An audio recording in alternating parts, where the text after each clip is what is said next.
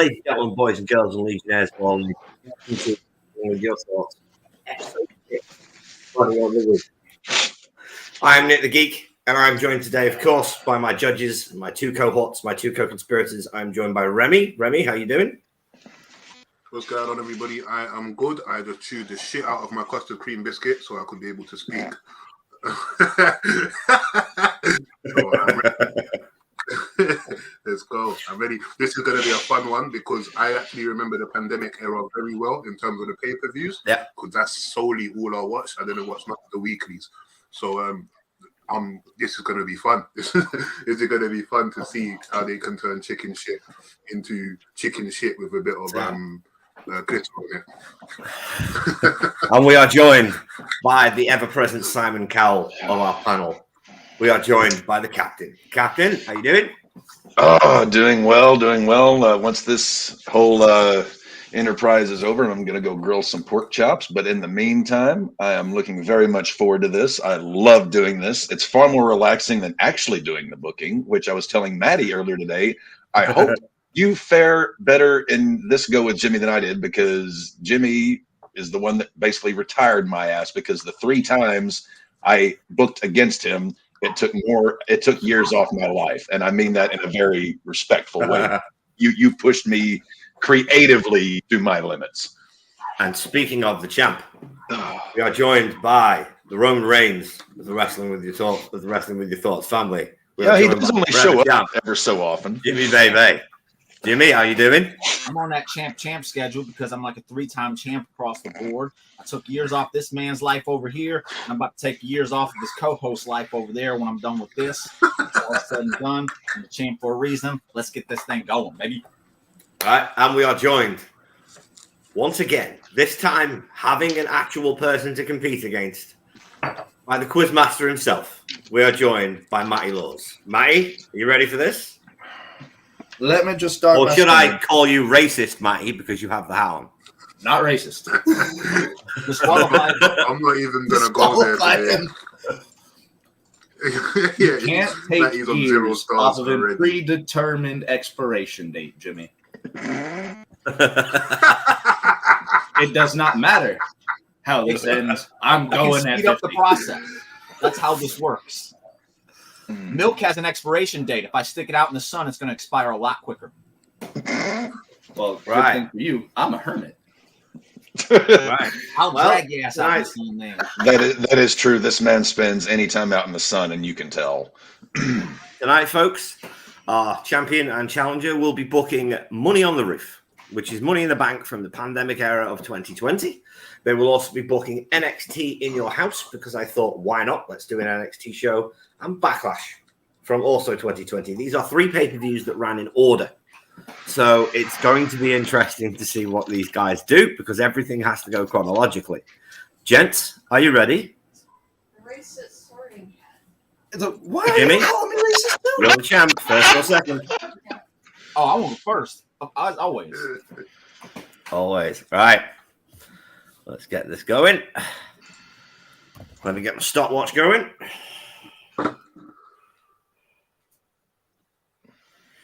You ready, Jim? In 3, 2, 1, go.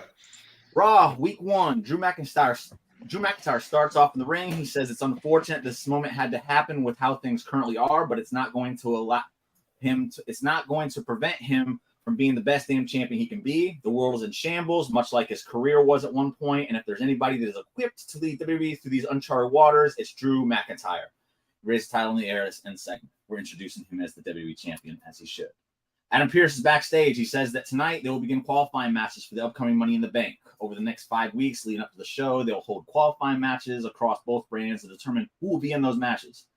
He says the match will start as a rat race through Titan Towers, where the ring will be on the roof. Any champions not participating that night will be watching from ringside. I'm keeping the rat race because it was a brilliant idea. Qualifying matches for tonight. Seth Rollins versus Aleister Black. Before the match, Seth says that he may have lost the battle with Kevin Owens, but he won the war because he's about to qualify for the Money in the Bank and go on to recreate history while Kevin is sitting at the home with a busted ankle. The match, though, Aleister Black eventually wins on a crucifix pin that sends Seth into a deep depressive state as he drags his feet up the ramp after the commercial break. Shayna Baszler versus Zelina Vega. Zelina comes out first. Shayna storms the ring. No nonsense demeanor. The match starts. She steamrolls Zelina, makes her tap within 2 minutes, advances. She doesn't celebrate. She just walks to the back much the same way she did when she came to the ring. She is on a mission. Andrade interview backstage. He says he feels disrespected that he was left off of the WrestleMania card. He is the United States champion, and that should mean something. He will no longer rely on the help of others and will no longer wait around for someone to step up. He should be the hunted, but for now on, he will be the hunter. The end of the show. SmackDown Week 1. The show opens up with Sami Zayn on the Tron. He says he was scheduled to wrestle tonight, but in the interest of fairness, he's taken it upon himself to take a much-deserved vacation. As the great liberator, it's his duty to realize when he needs to take a step back and allow others to break through the shackles placed upon them by his presence and give them a chance to prove themselves. So when somebody has done that, he will return and segment. Qualifying matches tonight, Big E versus Dolph Ziggler. Dolph is accompanied by Sonya Deville. Dolph and Sonya try to cheat, but Mandy Rose and Otis end up getting involved, which allows Big E to pick up the win to qualify. Continue on the Sonya Deville, Otis, Dolph, and Sonya and Mandy Rose thing. Ember Moon versus Lacey Evans. Back and forth match, but it ends when Ember Moon hits the Eclipse to get the win and qualify. Moment of Bliss show. Alexa is by herself, and she introduces her guest this week. It's Nikki Cross, her tag team champion partner. Nikki comes down to the ring with a cup of coffee as a gift to Alexa. She thanks Nikki before they can continue. Bayley's music hits. She asks why she doesn't have her own show. She's the SmackDown Women's Champion. Alexa says it's probably because you're just not that interesting. With a smirk on her face. Bayley is not amused, though. She snatches the coffee from Alexa and throws it right in Nikki's face, causing Nikki to drop, screaming in pain. Bayley then exits the ring quickly as Alexa checks on Nikki. Bayley points and laughs as she backs up the ramp, and Alexa stares her down. End show. Raw Week 2. The show opens up with Seth in the ring. His hair is a mess, and he's still wearing the same clothes from last week. He says last week was a fluke, and it's not fair that he lost out on his chance at Money in the Bank. He asks Drew to come out. Drew comes out. Seth starts to talk, but Drew gestures of a smell as he steps back. Have you even showered since last week, man? Seth says, haha, funny man. Drew, are you done? Can we get down to business? Seth says he deserves a title shot. Drew laughs. Seth says it's not funny. He put Kevin on the shelf. He dropped some of the dead weight on Monday Night Raw, and he should be rewarded for it. Drew says he had a chance last week and failed. What makes him think it's going to be any different the next time around? Seth says that shouldn't stop him from fulfilling his destiny of becoming WWE champion again. Drew tells him, take a shower, shave, and work your way up the card like he had to do. Be a big boy, put on your big boy pants, and be a man about it. Seth snaps and jumps Drew. They brawl for a minute, and it ends when Drew hits the Claymore on Seth and then stands over him, title held high. Qualifying matches, Angel Garza versus Ricochet. Ricochet wins to qualify. Liv Morgan versus Natalya, a rematch from WrestleMania. Liv Morgan qualifies by beating her again. Becky Lynch is about to be interviewed backstage, but she is approached by Shayna Baszler. Shayna gets right in her face and lets Becky know she's not done with her. And after she wins the Money in the Bank briefcase, she's going to finish what she started. Becky smiles before letting Shayna know that she looks forward to having a front row seat to watch Shayna fail, just like she did at WrestleMania. But if by some luck she does win, she'll be there to shake her hand. Shayna chuckles before walking past Becky, shoulder checking her end segment. Bobby Lashley versus Rey Mysterio. Before the match, Lashley dumps Lana backstage and says this isn't working out. She storms off. Bobby makes his way to the ring. Halfway through the match, Andrade comes to ringside, and he's wearing a suit and he's with his United States title. At no point does he interfere, though, and Bobby Lashley and Rey end up getting distracted multiple times, kind of trying to figure out what he's doing. In the end, Bobby Lashley picks up the win after hitting the spear, but Andrade attacks both men and leaves them laying in the ring. He then goes right into the camera and says the hunted is now the hunter, and the show ends. SmackDown Week 2, qualifying matches. Shorty G versus Kofi Kingston. Shorty G works over Kofi's ankle for quite a bit of this match to set up the ankle lock, kind of leaning towards the heel tendencies. Kofi keeps fighting back and eventually hits the Trouble in Paradise to Shorty G, but it's with the foot that was being worked over on the with the ankle that was being worked over. So he struggles to make the pin, and by the time he does, Shorty G is able to kick out. Kofi then tries to go up the SOS, but Shorty G rolls forward and reverses the attempt into an ankle lock. After a while fighting, Kofi is forced to tap, giving Shorty G the win and qualify for Money in the Bank. Carmella versus Dana Brooke. Carmella wins to qualify. SmackDown Women's Championship match. Alexa Bliss versus Bayley. Nikki is not here from last week's attack. Alexa uses her anger to her advantage here as she fights through everything. Bayley tries and responds with her own offense. Alexa hits the DDT on Bayley and gets a close 2 count. But she wastes no time, though, and goes right to the top rope. As she's about to fly off with a twisted bliss, Sasha Banks appears and pushes Alexa off, causing the disqualification. Sasha and Bayley start beating down Alexa. They pick Alexa up. Sasha holds her as Bayley grabs her title and smashes Alexa over the face with it. Bayley and Sasha embrace in the ring, laughing as the show ends. Raw, Week 3, United States title match. Andrade versus Rey Mysterio. Andrade attacks Rey before the match can even begin, throwing him into the steel steps, barricade, and all that good stuff. Bobby comes down to make the save, which sends Andrade running out of the ring. He laughs as Bobby checks on Rey. End segment. Montez Ford and Angelo Dawkins come out of the general manager's office. They seem upset as they walk away in opposite directions. As this happens, Kairi Sane and Asuka are walking up to the door. They look confused as they watch the Street Profits walk off in separate ways before entering the office themselves. Qualifying matches. The Raw Tag Team Champions, Montez Ford versus Angelo Dawkins to qualify. Both men make their way to the ring separately without any of the usual energy they show. The bell rings, but Montez wants no part of it. Dawkins pushes him and says, "This is a golden opportunity for one of us. Man up." Montez starts to turn around, and Dawkins spins him around and slaps him right across the face, which then wakes Ford up. He slaps Dawkins back, and the two begin to brawl. Dawkins gets all of his offense in here and controls most of the match, but it's just not enough as Ford continues to kick out, showing his perseverance. And in the end, as Dawkins picks Ford up off the mat, Ford slaps his hands to break free because he was going for a German suplex, and then hits him with an enziguri. Ford goes to the top, hits his frog splash to pick up the win and qualify. After the match, they share a hug in the ring as Dawkins holds Montez's hand up as he qualified for the match. Asuka versus Kairi Sane. The bell rings, they shake hands, and the two women circle each other. This match is fast-paced, hard-hitting, and full of counters, but in the end, the younger and quicker Kairi Sane is able to catch Asuka in a roll-up to pick up the win and qualify. Asuka looks a little bit upset at first, but eventually holds Kairi's hand up as she points to her for qualifying. Drew is seen walking out of Adam Pearce's office. As he exits, Seth is walking up to the door. Drew smirks, and Seth's demeanor goes from hopeful to completely lost again. Seth begs Adam Pearce for a title match. Pearce says Drew was just in here and asked for a match against you 2 weeks from now. If you win, he'll give you a title shot. If not, you don't get another shot as long as he's the champ. Do you accept it? Seth thinks about it for less than a second, clasps his hands together, and says, "You damn right I accept." He laughs and leaves. End segment. SmackDown Week 3. Miz and John Morrison start the show by tracking down Adam Pearce backstage. They say they feel disrespected for not being featured the last few weeks as tag team champions. Pearce apologizes, but there's a lot going on recently, and Miz asks why they haven't been thought of to be a part of the Money in the Bank. Pearce says they actually have been, and he's not sure if they caught Raw, but we had some friends facing off to really add some drama to all this. And since Miz and John are so dramatic, he figured it would be a perfect opportunity to let them know they'll be facing each other tonight to qualify. Miz and John look at each other very confused and worried as Pearce walks away. Bayley on the Moment of Bliss set says the show needed an upgrade at host, so here she is. And since it's her first show, what better guest to have than her best friend, Sasha Banks. Sasha comes down to talk about winning her match tonight, going on to win the briefcase and cashing in on Becky. Her and Bayley also don't like what the other girls have been doing to the tag titles that they work so hard to make prestigious, so they plan on fixing that in the very near future as well.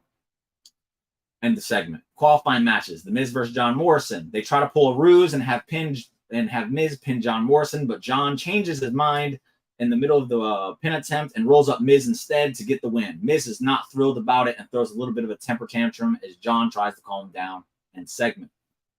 Sasha Banks with Bayley versus Mandy Rose with Otis. Sasha controls most of the match, kind of taking her time with Mandy Rose, and Bayley tries to get involved at one point, which causes Otis to get involved.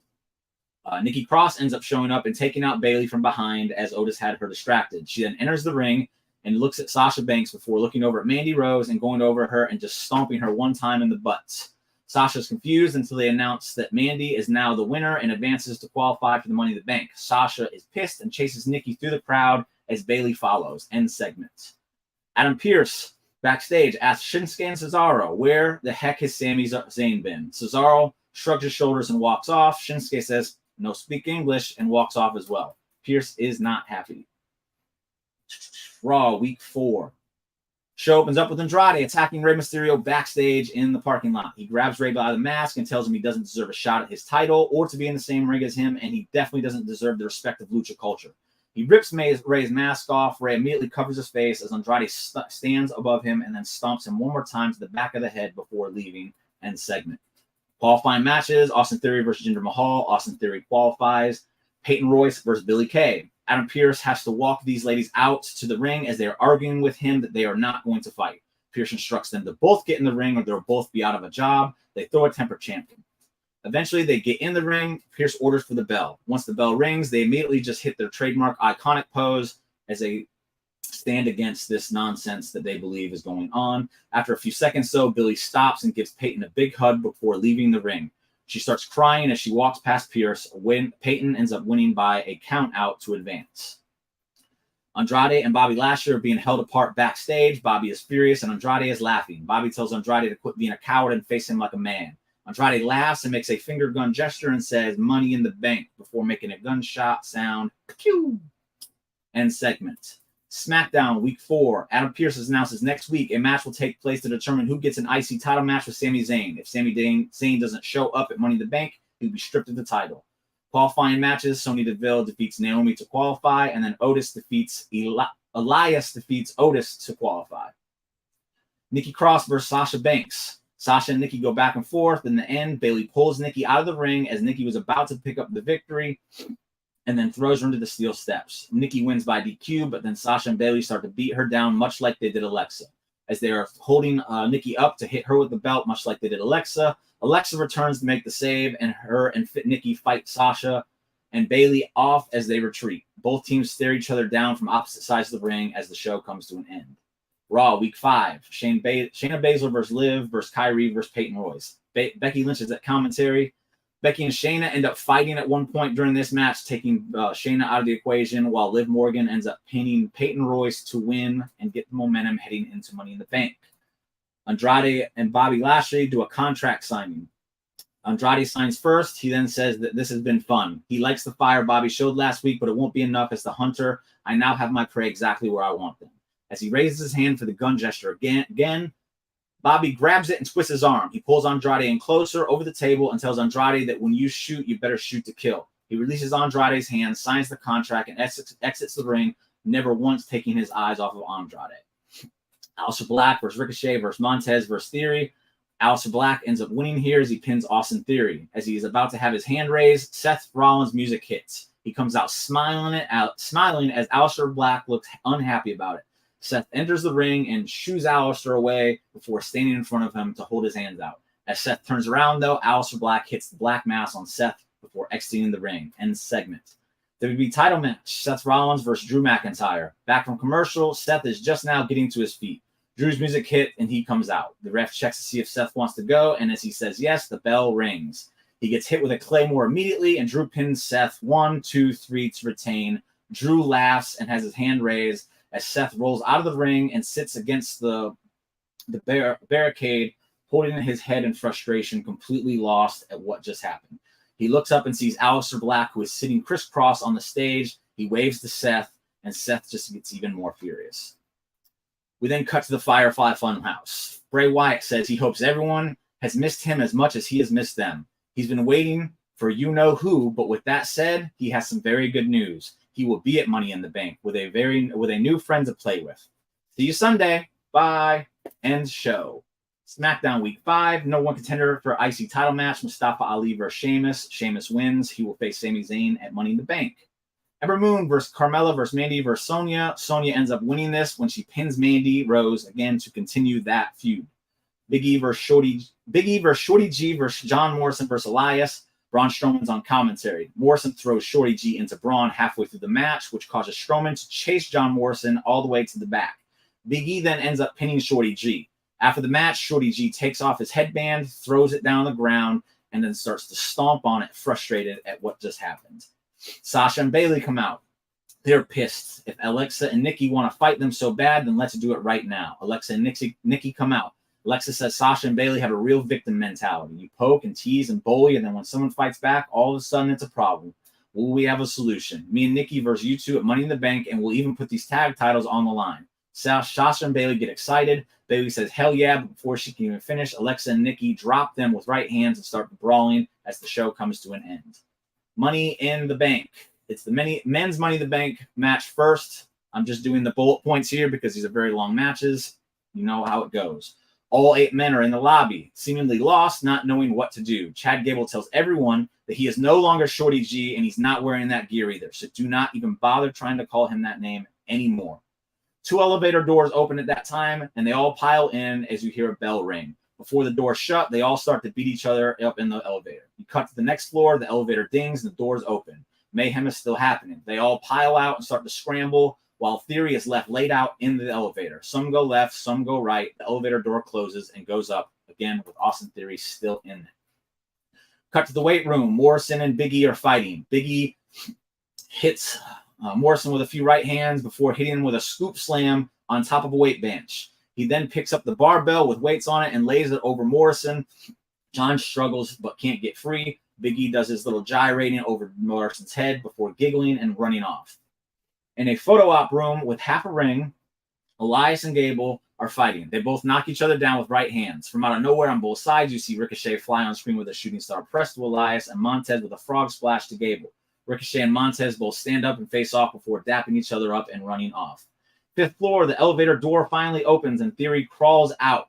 He stands up, notices what floor he's on, and kind of gets a little bit of a grin. As he turns around, though, he gets hit with a black mask kick from Aleister Black. Black then takes off, and then not far behind him is Big E, followed by Ricochet and Montez Ford. Gable and Elias are stumbling over each other, trying to run down a hall. John Morrison comes up from behind, finally free from the weights, and uses his parkour skills to kick one foot off the left wall, the other foot off the right wall, and do a little cartwheel flip to jump over both men, and then continue running. Gable and Elias see that, look at each other, and then start sprinting down the hall after him. We cut to an overhead shot of a fire ladder where you see Aleister Black start to climb. He is pulled down by Big E, who tries next. He gets pulled down, and those two start brawling. Montez and Ricochet both try as they both grab the ladder rung at the same time. As they hesitate, Elias comes up and slams both their heads into the steel rungs, knocking them down. As he starts to climb, Gable shows up and grabs him from behind to hit a German suplex, which lands on John Morrison, who just ran up too. As Gable gets up, Aleister Black throws him into the wall and then begins to climb the ladder. We cut to a shot of the escape as Aleister Black reaches the top and starts to climb out of the square hole. But as he gets his head out and over the edge, Seth Rollins has been waiting and stomps Black, causing him to go limp on the exit. Seth then leans down, grabs Aleister by the hair, and pulls himself up. Seth tells him, "You messed up with the wrong guy, pal," before pushing Aleister Black back down into the ladder, the hatch hole, and down the ladder. The camera cuts to the bottom of the ladder where you see Aleister Black laying on top of all the other men piled down on the bottom. Austin Theory comes stumbling onto the scene, notices that everyone else is down, and begins to climb the ladder. He gets to the top, shuts the latch, and then runs over to the ring. He notices Drew and Braun sitting at ringside, watching along, looking a bit shocked. He gets right in their face before pointing up at the briefcase, telling them he's about to be their worst nightmare. Drew gets up and headbutts Theory. Braun gets up, walks around the table, and then power bombs him through the table. The refs show up to order both men. They have to leave as chaos around the table happens. With them now gone, they cut back to the latch. It opens up, and Montez Ford crawls out and runs toward the ring. He is followed by Chad Gable, then John Morrison, Ricochet, Big E, and Aleister in that order. Aleister is still laid out on the bottom of the hatch. Montez Ford hits these are just all, again, highlights from here. Montez Ford hits a frog splash off the ladder from the corner to John Morrison. Big E slams Ricochet through a ladder with a power slam to the outside. Elias pulls his guitar out from under the ring, which he put there before the match at some point, but before he can use it, Chad Gable takes it from him and slams it over his head. Montez and Austin Theory are climbing the ladder and have reached the top. They're fighting each other as Big E shows up, gets back in the ring and pushes the ladder over, sending both men to ringside through tables that were set up. As Big E sets the ladder back up and starts climbing, he gets 3/4 of the way up when Gable climbs up behind him, grabs him, and hits a German suplex off the ladder to Big E. Gable then uses the ladder to pull himself up to his feet and begin to climb. Aleister Black has finally came back and starts to slide in the ring, but as he gets in, Seth reappears and pulls him back out. He throws him back into the steel steps, yelling at him, "Why won't you stay down?" before grabbing him by the back of the head and then throwing him over the bushes to the floors below.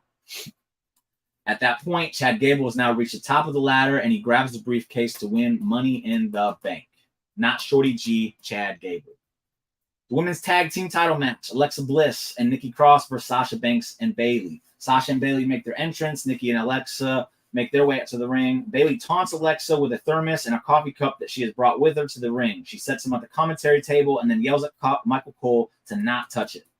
Fast forward to the end of the match. Alexa and Nikki have been fighting from underneath this whole match. Nikki just got the hot tag, and she comes in clotheslining both Bayley and Sasha multiple times. She drop kicks Sasha, the legal person from the other team, and then clotheslines Bayley out of the ring. She then hits a running bulldog on Sasha, gets a 2 count. Bayley is up at ringside, and Alexa comes over, and they start fighting. Nikki Cross comes over and hits a flying crossbody over the top to take both of them out. As they all get to their feet, though, Sasha comes flying through the ropes to hit a suicide dive, taking all 3 of them out. Sasha's the first up, and she tries to throw Nikki Cross back in the ring, but Nikki reverses it and throws Sasha in the ring instead. Bayley has crawled away over to her title. She grabs it and throws it into the ring as Sasha tries to grab it. As Sasha's grabbing it, the referee sees it and starts playing tug-of-war with her. At this point in time, Nikki is trying to help Alexa Bliss get up, and where'd it go? As she's helping Alexa Bliss get up, Bayley has now went over and grabbed the thermos and coffee cup. She fills up the coffee cup with coffee from the thermos. No, sorry. Backtrack. Nikki starts fighting with Bayley, and Alexa Bliss gets the thermos and coffee cup. She fills it up, taunts Bayley with it for a minute, and goes to throw it in Bayley's face while Nikki holds her, but Bayley gets out of the way, and Nikki gets hit in the face with the coffee once again, dropping to the ground. As Alexa checks on Nikki Cross, Bayley throws her into the barricade, then throws Nikki Cross into the ring. Nikki gets up, starts swinging blindly. She can't see. Sasha's able to turn it into the bank statement, locks her in.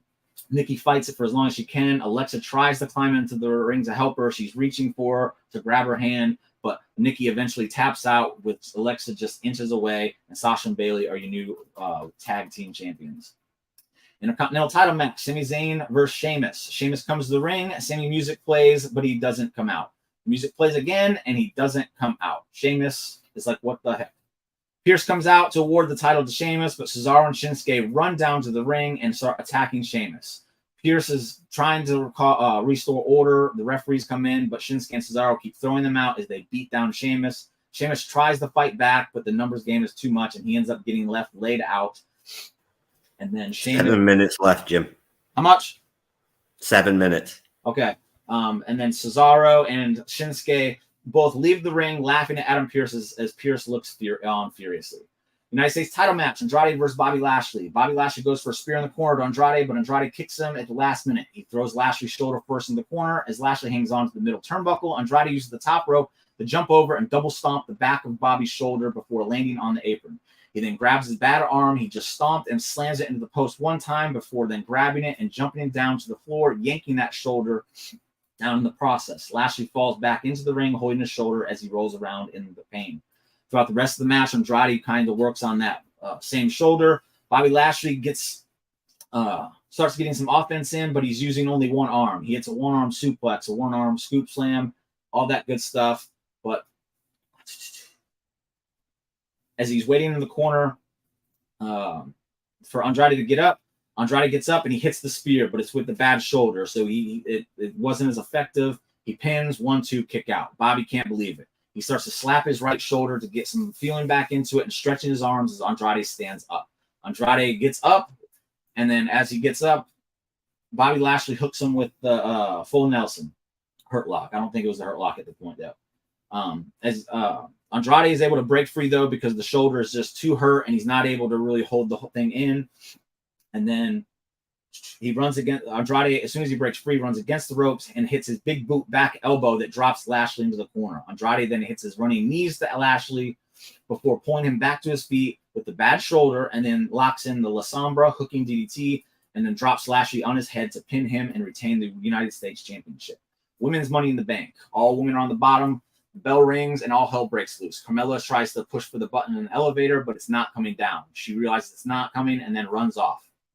The rest follow suit. Carmella enters the gym area and starts weaving in between equipment before coming up to the big mirror on the wall. She starts to fix her hair. Oh my God, I look so good in red. At this time, though, Shayna comes up from behind her and throws Carmella into the mirror head first, shattering the mirror. Shayna brushes her hands off as she looks down and says, "I agree," before running off. Liv Morgan and Kairi Sane are fighting in a conference room. Liv gets slammed into the Stone Cold hood on the wall a few times before getting thrown on a table. Kairi Sane then uses the chair on the table to jump up onto the light fixtures, and then she starts to swing herself so that she's able to hit a modified insane elbow to live on the table. Both of them fall off the table in pain. In the kitchen, Sonya and Mandy are brawling with each other. Sonya gets the upper hand and then finds a rolling pin on the counter. She raises it as she's about to club Mandy with it, but the refrigerator door behind her opens and hits her. She looks behind her as the door closes, and Otis is standing there with a pie. Sonya tries to hit him, but Mandy is up and takes the pin from her. Sonya turns around, gets hit in the gut by the pin. Otis then looks at the pie, looks at Mandy, the pie, then Mandy. The pie one last time with a sad look before handing it over to Mandy with his head down, who then smashes Sonya in the face with the pie. She throws Sonya on the counter and then drags her all the way down the counter to throw her off the end. Otis comes over to get a smooch and before Mandy runs off. Otis then bends over, gets some of that pie off of Sonya's face, and gets himself a bite. We cut to Ember Moon and Peyton, who are trying to run down the hall, but they keep pulling each other back to get in front of the other. As they reach the end of the hall, Ember gets pulled back, but as she does, she then pushes Peyton headfirst into the Andre the Giant statue as you hear a big donk from Royce's head. Ember runs over her limp body. Shayna finds herself in the bathroom. She tries to leave, but runs into Mandy Rose, who took the same turn. Mandy tries to plead, but Shayna beats her down, drags her into the stall, and then gives her a swirly before running off. Kairi Sane has reached the steps, and she starts to climb. Carmella is right behind her, followed by Ember Moon climbing as well. They all get to the top and run towards the ring, while Becky is watching from ringside. Mandy Rose is running down the hall, hair soaking wet. She turns a corner, and Sonya is on the other end of that hall. They lock eyes and start running towards each other. About halfway down, Sonya notices Big Boss Man's nightstick on the wall for display and then takes it. She cracks Mandy over the head with it and then gets on top and starts to choke her. Shayna comes up from behind Sonya and then chokes her out, grabs the nightstick, and runs off. Peyton Royce is climbing the ladder, but the fire ladder, but Shayna pushes one of her legs through the rung and then pulls her down so that she's upside down. Shayna then climbs over Peyton Royce as she hangs on the ladder upside down with the nightstick still in hand. Shayna gets to the top of the latch, she shuts it, and then uses the nightstick to lock the thing shut so that nobody else is able to come. She goes over to the ring while pointing over at Becky, saying, "I'm coming for you." Shayna gets the ringside, and Sane flies over the top to hit her with a crossbody. In the ring, Ember is kicking Carmella in the corner. She begins to climb the ladder with all three down. She gets to the top and notices Kairi roll in the ring. As Kairi stands, Ember decides to jump and hit the Eclipse to Kairi from the top of the ladder. Kairi supercells and flies out of the ring. Ember takes a minute to get back up, but as she does, she starts to climb the ladder, and Shayna is up and then chokes her from behind. Carmella gets up and runs towards the ladder to start to climb it as Shayna continues to choke out Ember. Carmella gets about halfway up before Shayna lets go because Ember is out, and then she pulls Mella down. As Mella lands, though, she is able to take a step back and crack Shayna with a super kick. Baszler takes a seat in the corner. Mella then goes for a Bronco Buster, but Shayna is able to slide under the rope, causing Carmella to get caught up on the middle rope. Shayna gets on the apron on the outside of the rope and then grabs Carmella's hair and starts to twist it to make a little bit of a rope. She pulls her head into the turnbuckle to prevent Mella from being able to fight back, and then ties her hair to the turnbuckle as Mella is screaming. Shayna then rolls in the ring. Kairi is struggling to get in the ring, and as she enters through the rope, she gets a big knee from Shayna. Shayna then drags her limp body over next to Ember. She takes the ladder and places each side over top of them as they're face down, and then climbs up to the top to retrieve the briefcase and become the Money in the Bank winner. After the match, Becky comes in the ring. She reaches out to shake Shayna's hand. Shayna drops the briefcase and accepts the handshake before pulling her into the Kirifuda clutch. Becky struggles to break free, but she can't. She gets choked out. Shayna then picks up the briefcase and hands it to the ref. She's cashing in right now. She then reapplies the Kirifuda clutch. The ref checks Becky. She's still out. Shayna is your new Raw Women's Champion. We go to the end of the show, but then it cuts the Bray Wyatt, yell, scream for the Fiend. The scenes from the graveyard where Undertaker and AJ Styles fought at Mania, overlooking the destruction. A shot of AJ Styles' hand is still hanging out of the dirt. A familiar hand with the glove heel reaches onto the scene and grabs his hand. A flash to the Fiend's face as he says, "Let me in." Pops, and then the camera goes back, and AJ's hand is now missing from the dirt with a big hole, and that is the end of your show.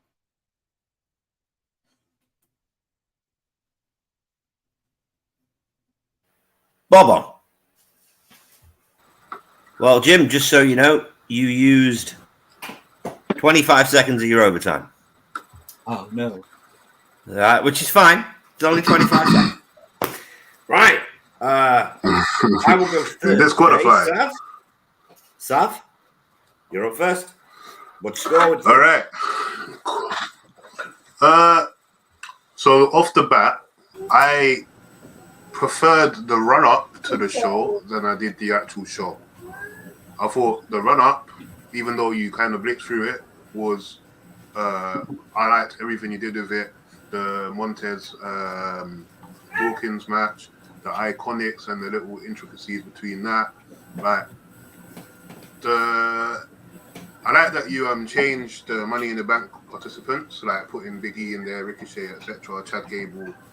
I like the fact that you changed the whole Shorty G gimmick, because everyone knows that was absolutely crap.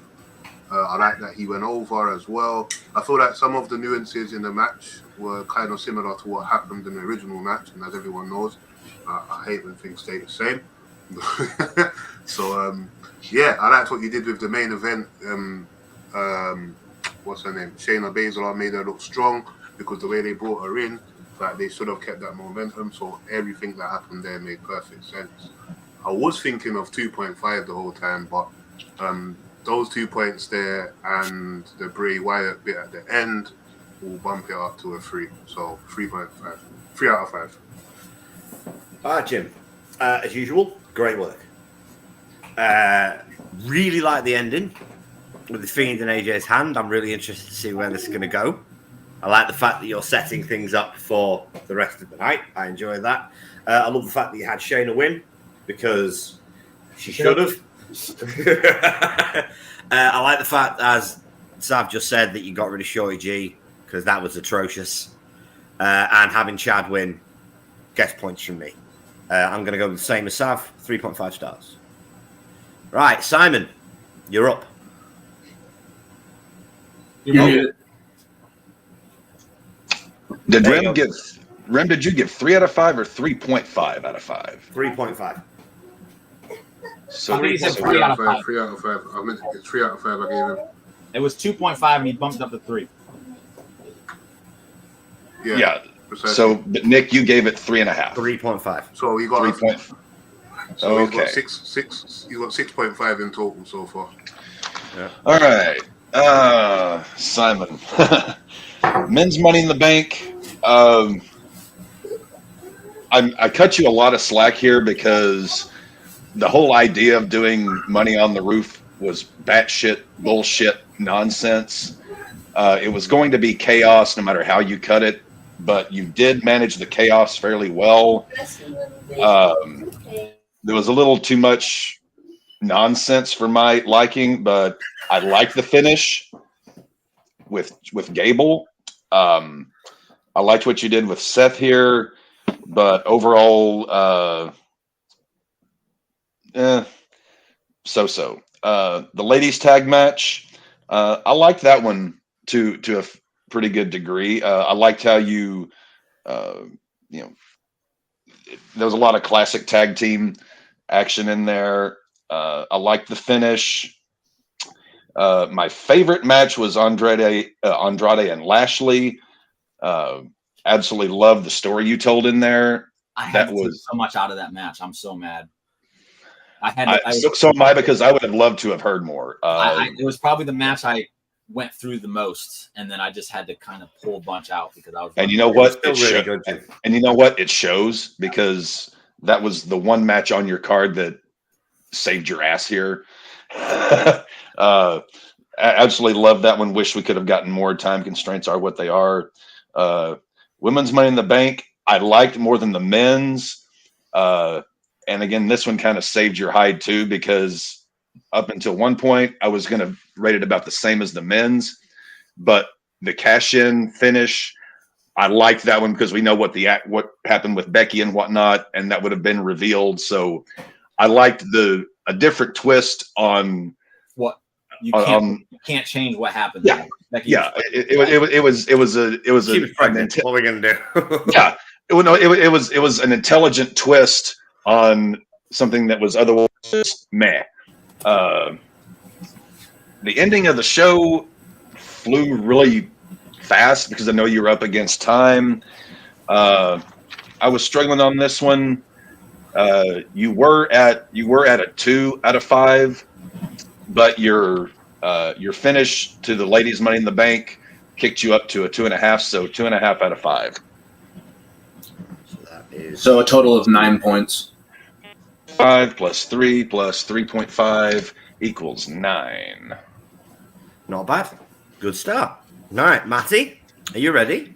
Good luck. I am. I very much am. But where did Remy go? Remy is somewhere. He'll be back. Yeah. Death and taxes, Remy will be back. Right. What's the 30 minutes, right? 30 minutes, and you get a 5-minute overtime if you overrun. Okay. But hoping I don't. using the whole 5-minute overtime goes against your score. Yes. Right. So in 3, 2, 1, go. Week 1, Raw kicks off with R-Truth backstage asking anyone and everyone that he can find if they've seen John Cena after WrestleMania. Everyone tells him that they haven't seen him anywhere. He storms off with a shot of Abby in the background. We move on, and we get the first of 4 Money in the Bank qualifiers on the show. Aleister Black versus Cedric Alexander, a good rehash of a match that they did have during the pandemic. Black counters a springboard clothesline into a black mass to move on. Second match will be Shayna versus Nia Jax. This match goes about 2 minutes as Shayna absolutely dominates Nia Jax to continue on from the fact that she lost at WrestleMania. Drew McIntyre comes out to celebrate his big win at WrestleMania after slaying the Beast Incarnate. He promises to be a fighting champion. During this promo, he gets interrupted by Kevin Owens. Kevin Owens comes down to the ring to congratulate Drew. Mentioning how both got a big win at WrestleMania, Kevin Owens cuts to the chase. He wants the title, and he's here to challenge at Money in the Bank. McIntyre considers it before agreeing. Owens holds out his hand, and Drew accepts it. They both shake hands, and this is where Owens gets a ear-to-ear grin, and he says, "Good. Now I'm going to make your life hell." Kevin Owens hits a headbutt on Drew McIntyre, pulling him in, and goes on an all-out assault. Kevin Owens, after doing the headbutt, sees that he has busted himself open the hard way over his right eye. This sends him even more over the edge. He hits a cannonball into Drew McIntyre, who is laid out against the steel steps, and then follows this up with an apron powerbomb as Medical helps Drew to the back after this. Last 2 matches, Bianca beats Natalya to move on to Women's Money in the Bank. Quick match. Ricochet versus Shelton Benjamin with a very good back and forth. Shelton Benjamin making Ricochet look fantastic.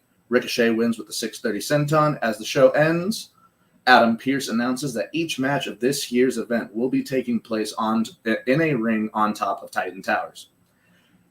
This promo gets cut off by Jamie Noble bursting into the office and trying to get Adam Pearce to run with him. They run, along with the camera guy, to the parking lot where security and referees are pleading and restraining Kevin Owens from assaulting Drew McIntyre further. Drew McIntyre at this point is an absolute bloody mess, laying with paramedics around him. Owens is still yelling profusely at him as credits roll. SmackDown show kicks off with Braun Strowman in the ring with his newly won title. Flaunts how dare you? Remy, you ain't even here. He flaunts how he beat Gorg for the title. Says that was barely competition or a challenge to him. So he calls out anyone who wants a piece of the champ to come and get it. The Forgotten Sons music plays, and all 3 men come out to challenge Braun Strowman. After deliberation, Steve Cutler is the man for the job. A referee comes out. Match does not last long as Braun Strowman wins, and he takes out Jackson Riker and Wesley Blake as well. Women's Money in the Bank qualifier. Carmella versus Mickie James, a decent back and forth. A match ends with Carmella locking in the code of silence to tap out Mickie James. Men's qualifier. King Corbin versus Shinsuke Nakamura. Hard-hitting, decently linked match. Nakamura goes for a middle rope Kinshasa, but gets caught by an end of days by Baron Corbin. Baron Corbin moves on. New Day defeat Tucker and Otis in a non-title match. Bobby Roode versus John Morrison in a one-on-one match. Money in the Bank qualifier. Bobby Roode wins after hitting the AA Spinebuster and a glorious DDT.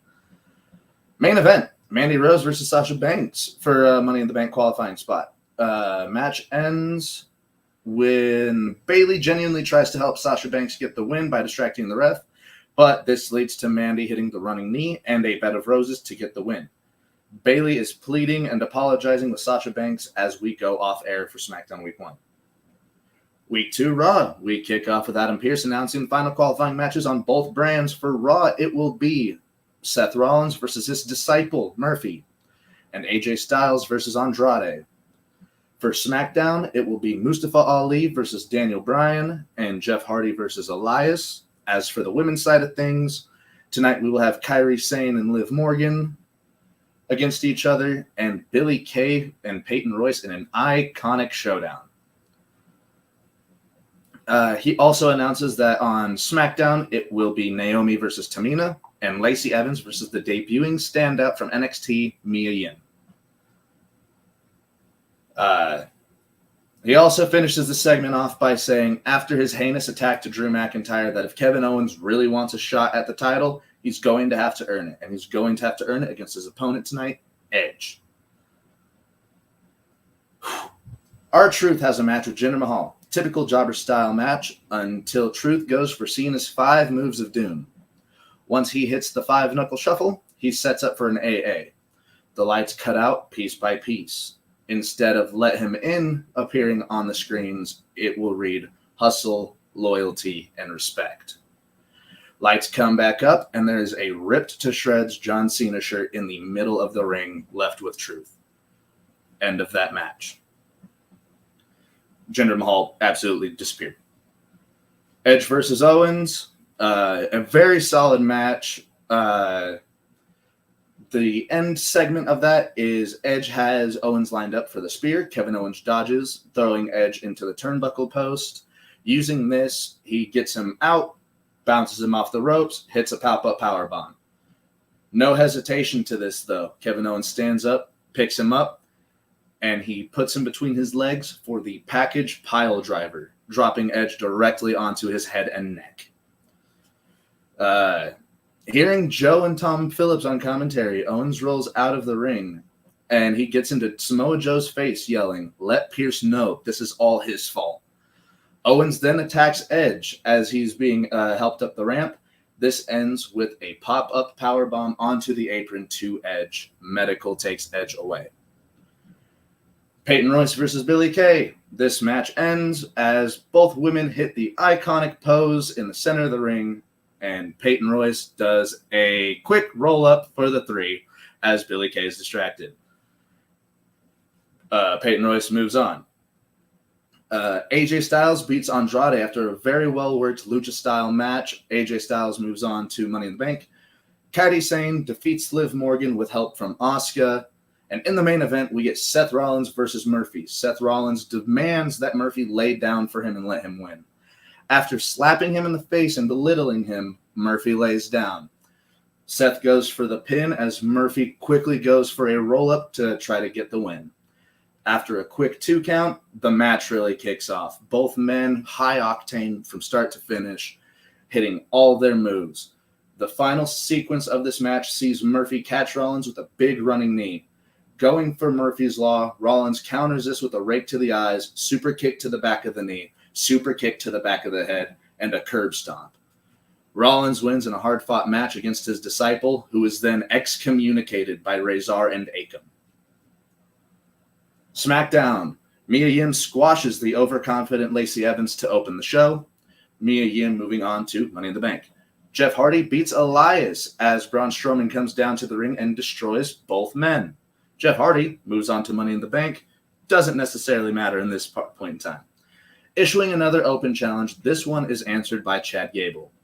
Braun tries to blow off this challenge from the pipsqueak, asking for a real challenge. This prompts Gable to slap Braun right in the mouth. With a grin, Strowman then accepts. This match goes longer than the match with Cutler, but ends after a running power slam in the middle of the ring. Braun Strowman defeats Chad Gable. Naomi beats Tamina after the latter misses the Superfly Splash and gets hit with the rear view.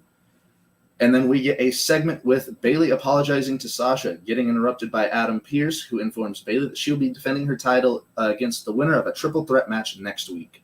Those 3 women will be Alexa Bliss, Ember Moon, and Sasha Banks. Main event, Daniel Bryan versus Mustafa Ali, a great one-on-one match that sees the better man win. Daniel Bryan just just that much better of a wrestler than Ali. End of the show. Week 3. Adam Pearce kicks off Raw, letting us know of the injuries sustained to Edge by Kevin Owens.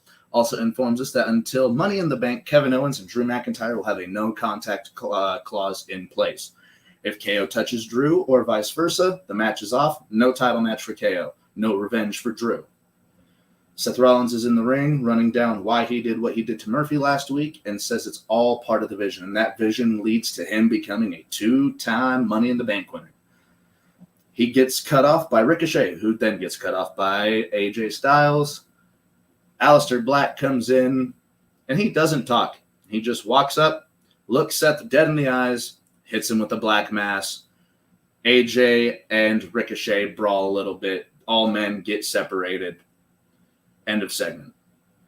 Street Profits versus War Machine for the Raw Tag Team straps.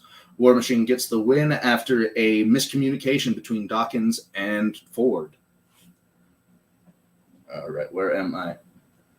Truth now has an open mic, and he's upset. He talks about how his childhood hero means the absolute world to him. And, hustle, loyalty, respect. He's being goofy. He is then cut off by the music to the Firefly Funhouse.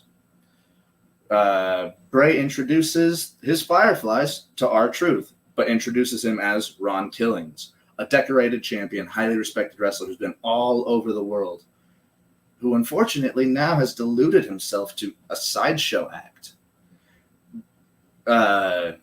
Bray Wyatt brings up the fact that he is the greatest of the 24/7 champions, and basically just runs down what R-Truth has been trying to do these past few years, getting himself over as a comedy gimmick. But he gets to the point. Ron, heroes, they aren't real, but monsters are. We all have monsters, don't we, Truth? But we can all repent and change. All you have to do is let me in. Lights go out, lights come back on, and there is a burned John Cena hat in the center of the ring. SmackDown for Week 3. Triple Threat number 1 contenders match to kick off SmackDown. It takes a good portion of the show as Bliss, Moon, and Banks pull out all the stops. Bayley once again tries to help her friend, this time taking care of Alexa Bliss on the outside. In the ring, Ember Moon has the advantage. Bayley slides the belt into the ring and gets on the apron to distract the ref. Sasha Banks picks up the belt, trying to use it as a weapon. This is to no avail, where Ember ducks and hits Sasha with a codebreaker, popping back up to her feet, knocks Bayley off the apron, heads for the top, and connects with an eclipse. Bayley versus Ember Moon at Money in the Bank. The 4 women in the SmackDown Money in the Bank match are confronted by the Raw women, minus Shayna Baszler. Basic pay-per-view build-up promo. All women are saying why they're going to win Money in the Bank, what it means to them to win. Segment gets cut off by Braun Strowman's music. Weekly Open Challenge is back. This time it is answered by former world champion Dolph Ziggler. Dolph tries to outsmart and out-wrestle Braun, but it does not seem to work as he powers out of everything Ziggler attempts. Dolph Ziggler attempts to go for a zigzag, but this gets reversed when Strowman just stands there and switches it into the standing triangle, choking Dolph Ziggler out where he stands. As Braun walks away, he yells, "More competition," into the camera. Last segment of the show sees Daniel Bryan unconscious with security around him in the parking lot. It appears that he has had his head rammed in through a car window. All Pierce and all the babyfaces are in a fluster as we fade to credits. Go home shows. Go home Raw. Aleister Black versus Seth Rollins in a very good one-on-one match. Seth Rollins gets the victory here. Bianca Belair versus Kairi Sane. Bianca gets the win here after Kairi attempts to do her high-flying stuff. Bianca, being much more powerful, catches her, gets her into the KOD. 1, 2, 3. Contract signing between Kevin Owens and Drew McIntyre, making this a no-holds-barred match. Kevin Owens talks his shit, signs a contract. Drew McIntyre basically stoic. No response, really. Signs the contract, turns around, and he grabs the rolling chair that is sat there, and he hurls it at Kevin Owens. Technically not having any contact physically himself. Throws the chair at Kevin Owens, grabs his belt, walks out of the ring.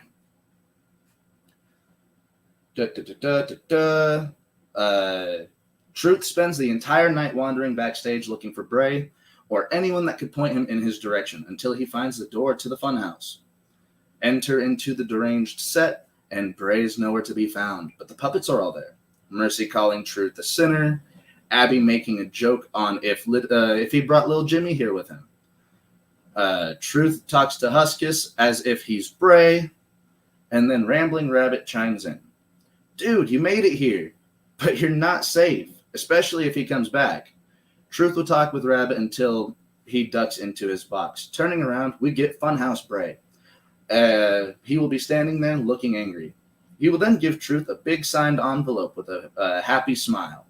The camera will go over Truth's shoulders where it reads, John will be returned, only if you seek and destroy me. Truth will look up and see that Bray has disappeared, as has every puppet in the funhouse. The date 5/10/20 is painted on the wall in red. SmackDown Go Home. Bayley and Ember contract signing. This is typical. Sasha Banks is nowhere to be found in Bayley's corner. Braun versus Cesaro for the Open Challenge. Braun beats Cesaro after a much more competitive match. As soon as Braun Strowman gets the win, Sheamus attacks him from behind with the shillelagh. Sheamus hits him with 2 brogue kicks, holds the belt, and says, I'll see you at the tower, fella. Adam Pearce makes it official. Sheamus versus Braun Strowman at Money in the Bank. The New Day beat the Usos in a title match to retain. Bayley once again apologizes to Sasha Banks, but Banks cuts her off and tells her that 2 wrongs don't make a right. And Bayley has cost her twice now. Sasha storms off. With Daniel Bryan being out indefinitely after the assault, Adam Pearce is strapped to find someone to fill the slot when his golden goose falls right in front of him. Mustafa Ali says he knows it's not the best time right now, but with Bryan out and a slot open, maybe it's time Ali gets his chance. Adam Pearce agrees, especially after the match he had with Bryan in the qualifier. Ali is in that 8th slot.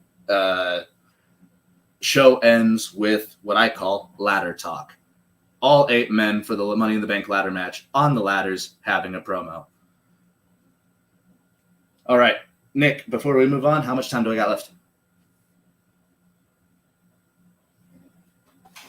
You have 13 minutes. 13. Hell yes. Money on the Roof. Men's Money in the Bank. Aleister Black, Ricochet, Seth Rollins, AJ Styles, Jeff Hardy, Robert Roode, Baron Corbin, Mustafa Ali. Chaos. Corbin attempts to throw Ricochet off the top of the tower, but he finds a way to hold on, pull himself back up. However, it is Jeff Hardy who attempts to go for a swanton bomb onto Robert Roode, who is laid out on a table. This is when Baron Corbin pushes the ladder over of Jeff Hardy. Jeff Hardy goes over the side of the tower, never to be seen again.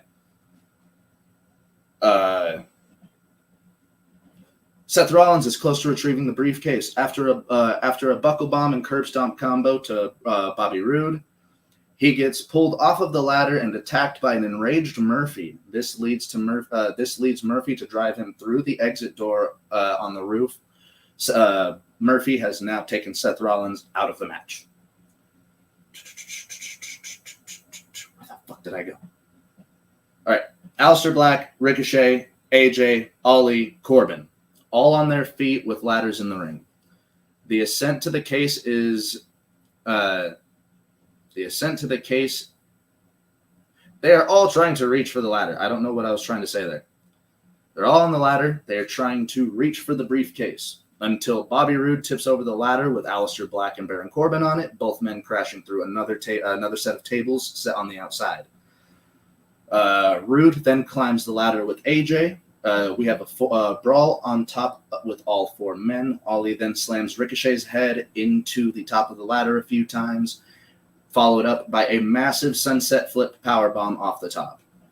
Rude and AJ are the last two on the ladder as they exchange big rights. Rude attempts to go for a superplex off the top of the ladder, but this gets reversed by a thumb to the eye. AJ gets his footing back, knocks Rude off with a series of forearms. It looks like AJ Styles is going to win until Mustafa Ali smashes AJ in the knee with a lead pipe. Looping AJ's knee around the rungs of the ladder, Ali swings a few more times before climbing the ladder, stepping on AJ's now destroyed knee to get the briefcase. You're Mr. Money in the Bank, Mustafa Ali.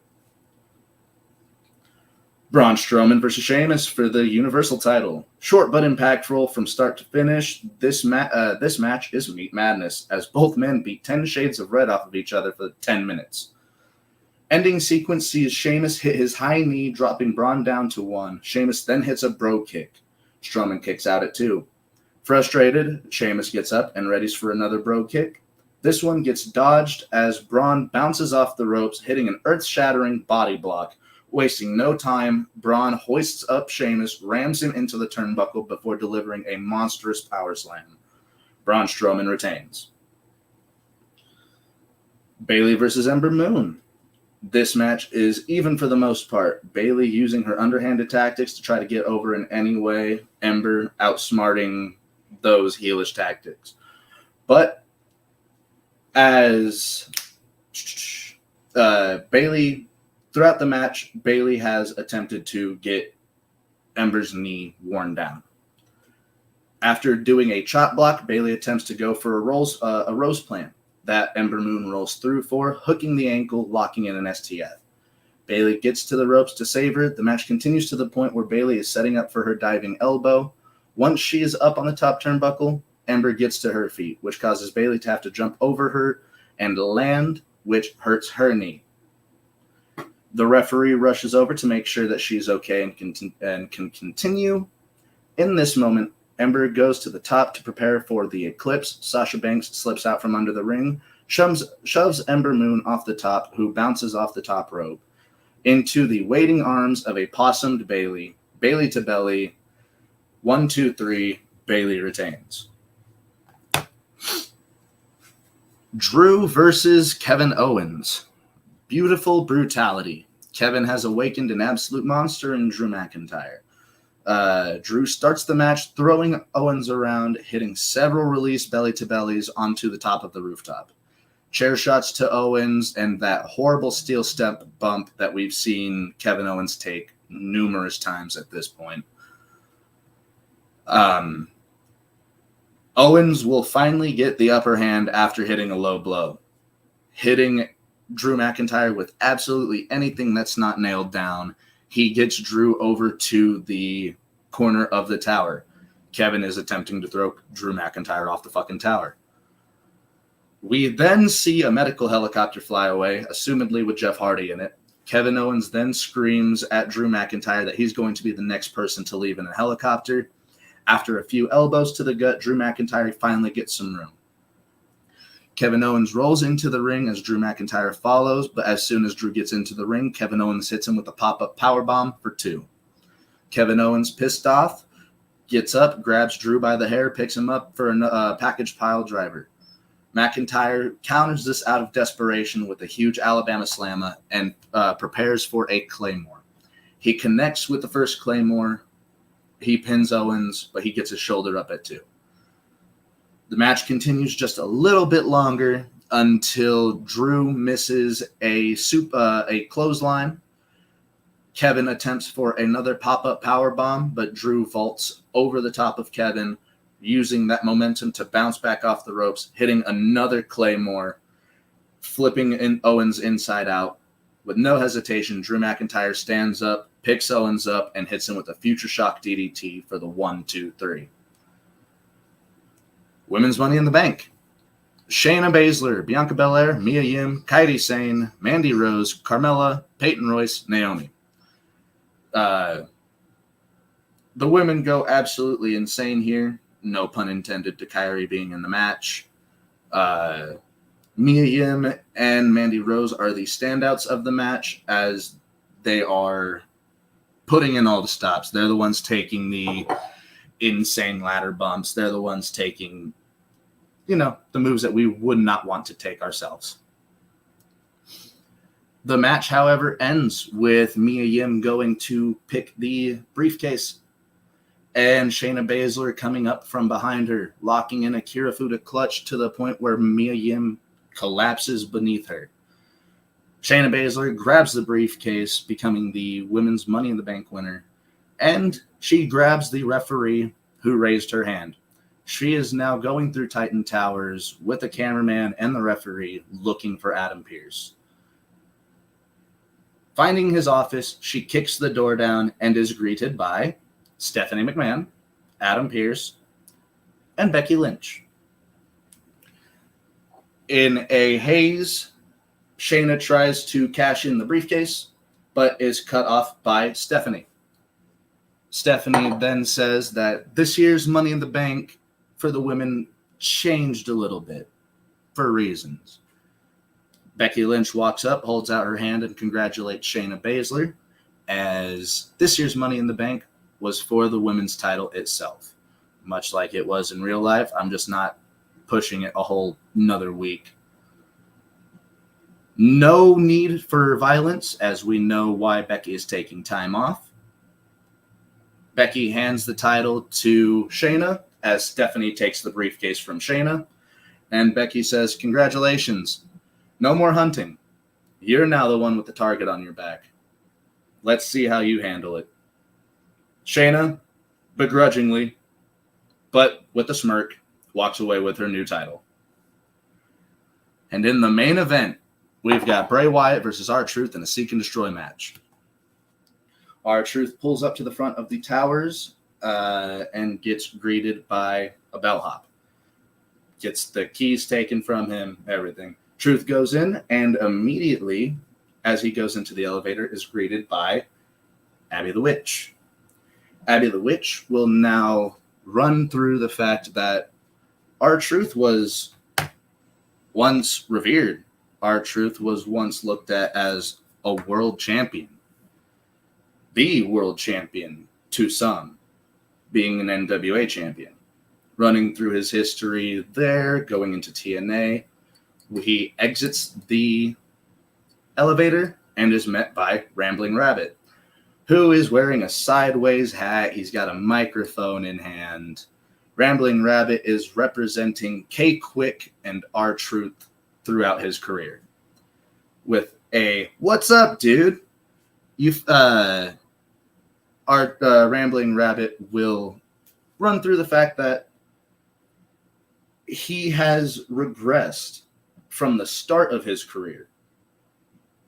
He hasn't reached the heights that he did whenever he was, 20, 25 years old. Moving on, we get Mercy the Buzzard, who attacks Rambling Rabbit, leaving him a mess. Mercy then looks up to Truth and says, "You're the one with the kid, right? Jimmy, I think." Truth will then reference little Jimmy.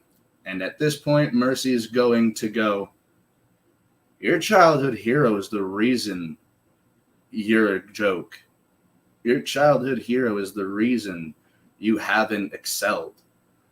And then we will run through Capital Punishment, or what, Capital Carnage, Capital Punishment. I don't remember what the pay-per-view is called, where R-Truth has his only world heavyweight title match. Capital Carnage. Where R-Truth has his only world title match in WWE against John Cena, who outwardly puts him down in the Cena way, making Truth look like a joke. Truth starts to break here. It was Capital Punishment still. Capital Punishment, okay. They've had 2 Capital shows. Truth will start breaking here and wondering why that would happen, why he would do that, especially since he's looked up to him.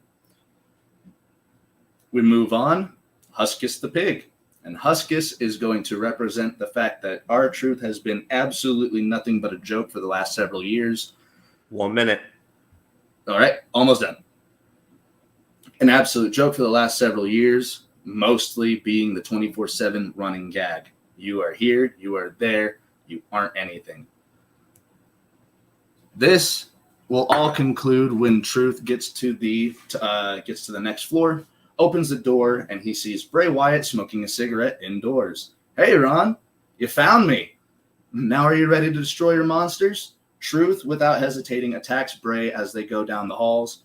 They continue through floors, and as they progress through each floor, the lights are dimming. The lights are out.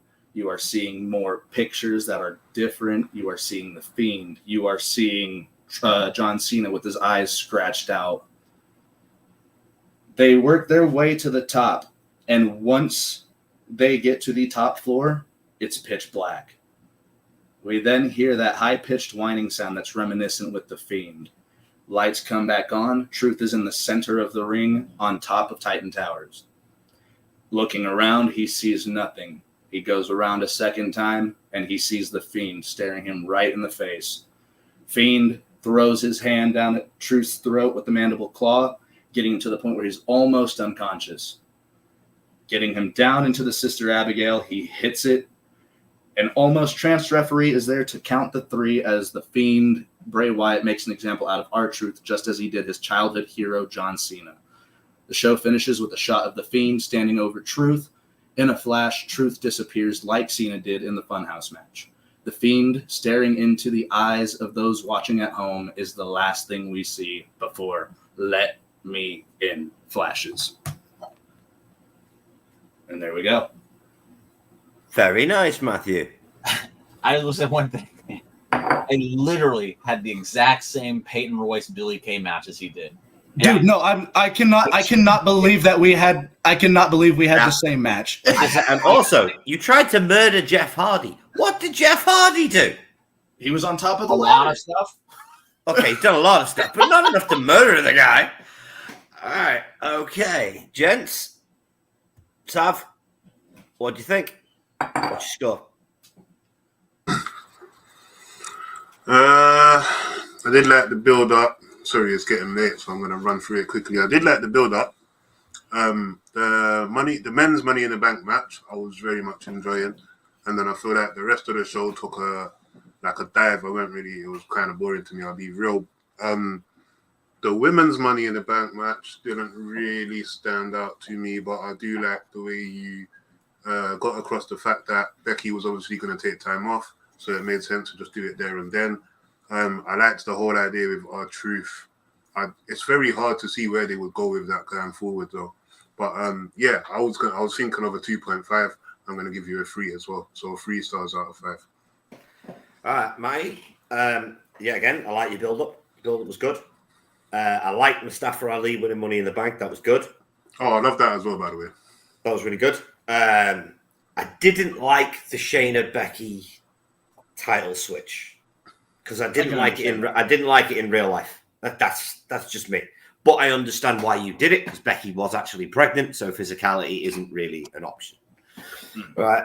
So that was acceptable. But one thing I have to criticize you for is you put the world title match on in the middle of the fucking show. Yeah, but they did that as well, I'm pretty sure. Yeah. But that was a bad thing in real life. You don't copy bad things and then put them into your book. Right? I get why you had Truth and Bray go on last because it was emulating the Firefly Funhouse going on last at WrestleMania. And I kind of like what you did, but I was hoping that we were going to get to see the return of the African-American Superman, as he used to be known during the match, and we didn't. So, unfortunately, 3 stars. I'll take it. Right. Simon, you're muted. All right. So, Maddie, you were all over the place on this one. Yes, I was. In good ways that I liked, and in other ways that I wanted to puke. You did your men's Money in the Bank while it was still chaotic. It was better than Jimmy's, so like that. Sheamus and Strowman, you know my thoughts on Strowman. He's not worth the powder and lead it would take to blow him away. Bailey and Ember Moon, liked that one. I like the finish of that match, by the way, Mike. Yes. Putting on your world title match, middle of the show, is never going to sit well with me, much like with Nick.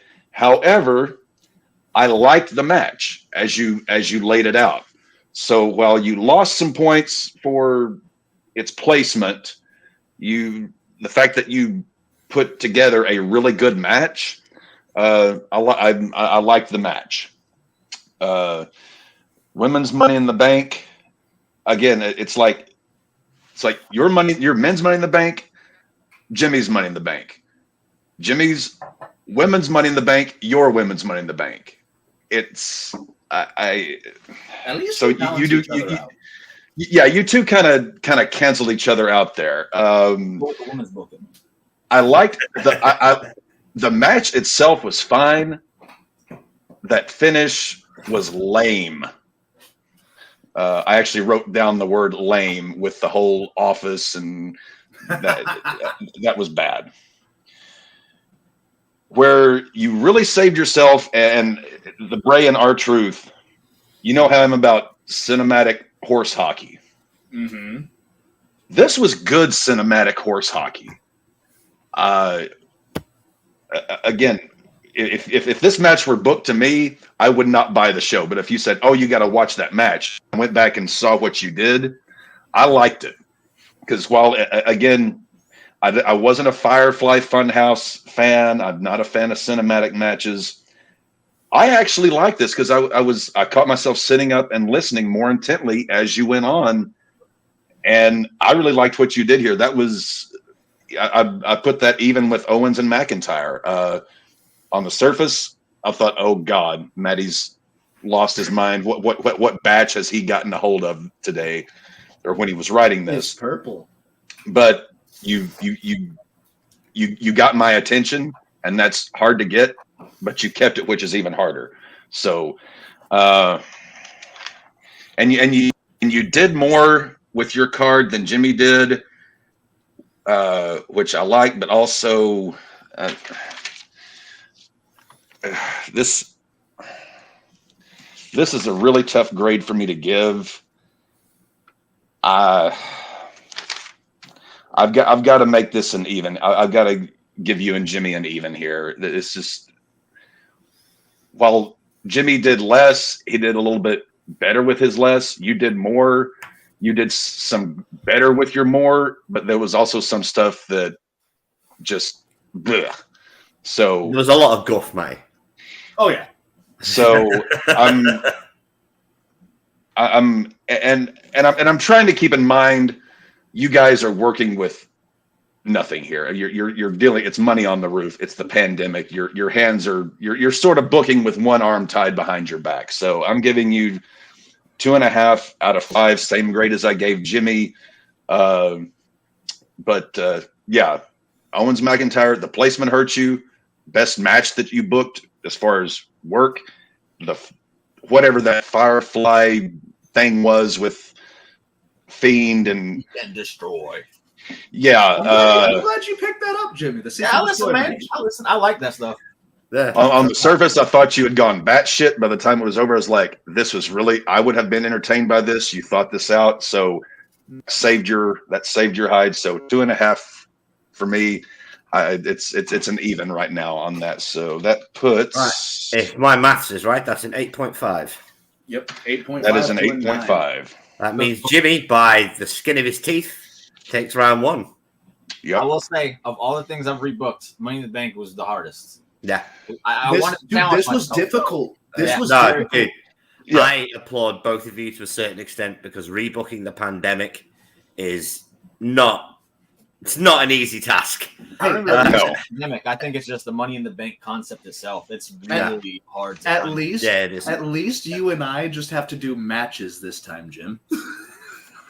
Right. Okay, Jimmy. Round 2. The one you've been waiting for, mate. NXT in your house. Are you ready? Yup. Am I good? Yeah, I'm good. I'm on mute. Right, let me get this started. In 20 minutes. 3, I'll bet. 2, 1, go. All right, NXT in your house. Just a little tidbit before we go into the matches. Karrion Kross has a title shot on the NXT show following this PLE pay-per-view, whatever it was called at the time. He has been feuding with the Undisputed Era and has promised to end them for good and rid them of NXT. Or rid NXT of them, whatever you want. So we're starting off with a tag team championship gauntlet match. This match was made to crown new champions after Imperium was unable to fulfill their duties as champions because they're not able to travel to the United States. Teams were decided by a battle royal with the last 4 spots determining the position in the gauntlet. The order will be Undisputed Era, Breezango, Danny Burch, and Oni Lorcan, and Everrise. Rules. First up, we got Undisputed Era versus Breezango. There's not much here, not much of a back and forth here, as Undisputed Era controls most of this match and ends it with the Chasing the Dragon suplex back head kick to Fandango to advance. Undisputed Era is fighting here as the baby faces. Next up, Burch and Lorcan. Danny and Oni march down to the ring and get right to their corner. The bell rings. Danny and Kyle run to the center of the ring and start throwing right hands at each other. Oni starts to get the upper hand, so Kyle kicks him in the thigh. Kyle then hits the ropes, but as he comes back, Oni launches himself and connects with a European uppercut that takes Kyle off his feet. Oni taunts Bobby before beginning to stomp down on Kyle. Burch and Lorcan begin taking turns hitting suplexes, followed by mounted attacks to wear Kyle down. Danny has Kyle in his corner, but Bobby starts yelling at him, which causes Danny to tell him to shut up. But as he goes back towards Kyle, he tries for a boot. Kyle catches it, places it on the middle rope, and then jumps up and brings his knee down to the back of Burch's leg, sending him down in pain. Kyle then tags in Bobby, who immediately goes to work on Danny's bad leg with leg whips, leg locks, and then even going to the outside and wrapping the leg around the post a few times. As Bobby gets back in the ring, he pulls Burch up to his knees as he mouths off at Oni Lorcan. He picks Burch up for a trap knee drop, but as he hoists Burch up, Burch rakes the eyes and then hooks Bobby's head to come back down with a bulldog. Burch goes for a quick pin, but Bobby kicks out. Both men struggle to get their feet, though, and after a few seconds, they both get the hot tag. And just like the match had started, Kyle and Oni rush to the center of the ring and start exchanging blows, this time with forearms. Kyle starts to get the upper hand, though, and Oni goes for the kick to his thigh, much like Kyle did at the beginning, but Kyle sees it coming and blocks it with his shin, causing Lorcan to grimace and reach down for his leg, but as he leans down to grab it, Kyle lifts his knee, dropping Lorcan to the mat. Pin attempt, but only gets 2. Kyle then drags Lorcan over, tags in Bobby. They set up for the leg sweep, high-flying kick finish, but as Bobby hits the rope, Burch has now he's on the apron, and he pulls the top rope down, sending Bobby crashing outside of the ring. Lorcan was able to jump over the sweep from Kyle and then connect with a brainbuster on Kyle at the same time. Burch slams Bobby into the steel steps on the outside, and then he jumps on the apron so that Lorcan can tag him in. They go for the electric chair top rope flying European uppercut. Yes, that's their real move. It's very fucking hard to say it. But but as they have him up, Kyle is able to break free, drop behind Lorcan, and then push him into Burch, with Lorcan's head hitting Burch's bad knee that drops him down onto the apron outside the ring. Bobby then re-enters the ring, and the Undisputed Era connects with another Chasing the Dragon on Lorcan to take him out. Burch lips in and grabs Kyle from behind, but a quick elbow to the head causes him to let go. Kyle then is standing right there, spins around and hits the leg sweep as Bobby comes running over to connect with the flying kick to take Burch out. Bobby then crashes on Burch out of energy as Kyle lays on his back with the ref counting 1, 2, 3, winners and advancing Undisputed Era. Undisputed Era versus Everrise, with O'Reilly and Fish struggling to get to their feet. Jeff and Matt bum rush the ring and just start beating them down.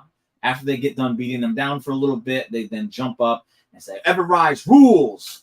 And then they go to their corner and scream for the bell. Bobby rolls out of the ring. Kyle pulls himself up in the corner, and the bell rings. Everrise keeps Kyle in their corner, though, and continue to tag each other in and out as they continue to punish Kyle with stomps in the corner, chokes in the bottom rope, and double-team suplexes throughout this match. They go for multiple pins, but Kyle just keeps kicking out.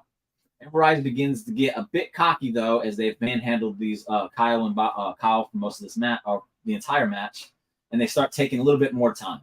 Bobby has recovered quite a bit, though, as he hasn't been in the entire match. Matt Lee then calls for Jeff to go up top. As this happens, Bobby Fish gets tired of waiting, runs around, and pushes Jeff off the top onto the mat. As Matt still holds Kyle up on his shoulders, he tells Bobby, "You can't do that." But the little bit of distraction allows Kyle to hit a poison Rana with the last bit of energy, and both men are down.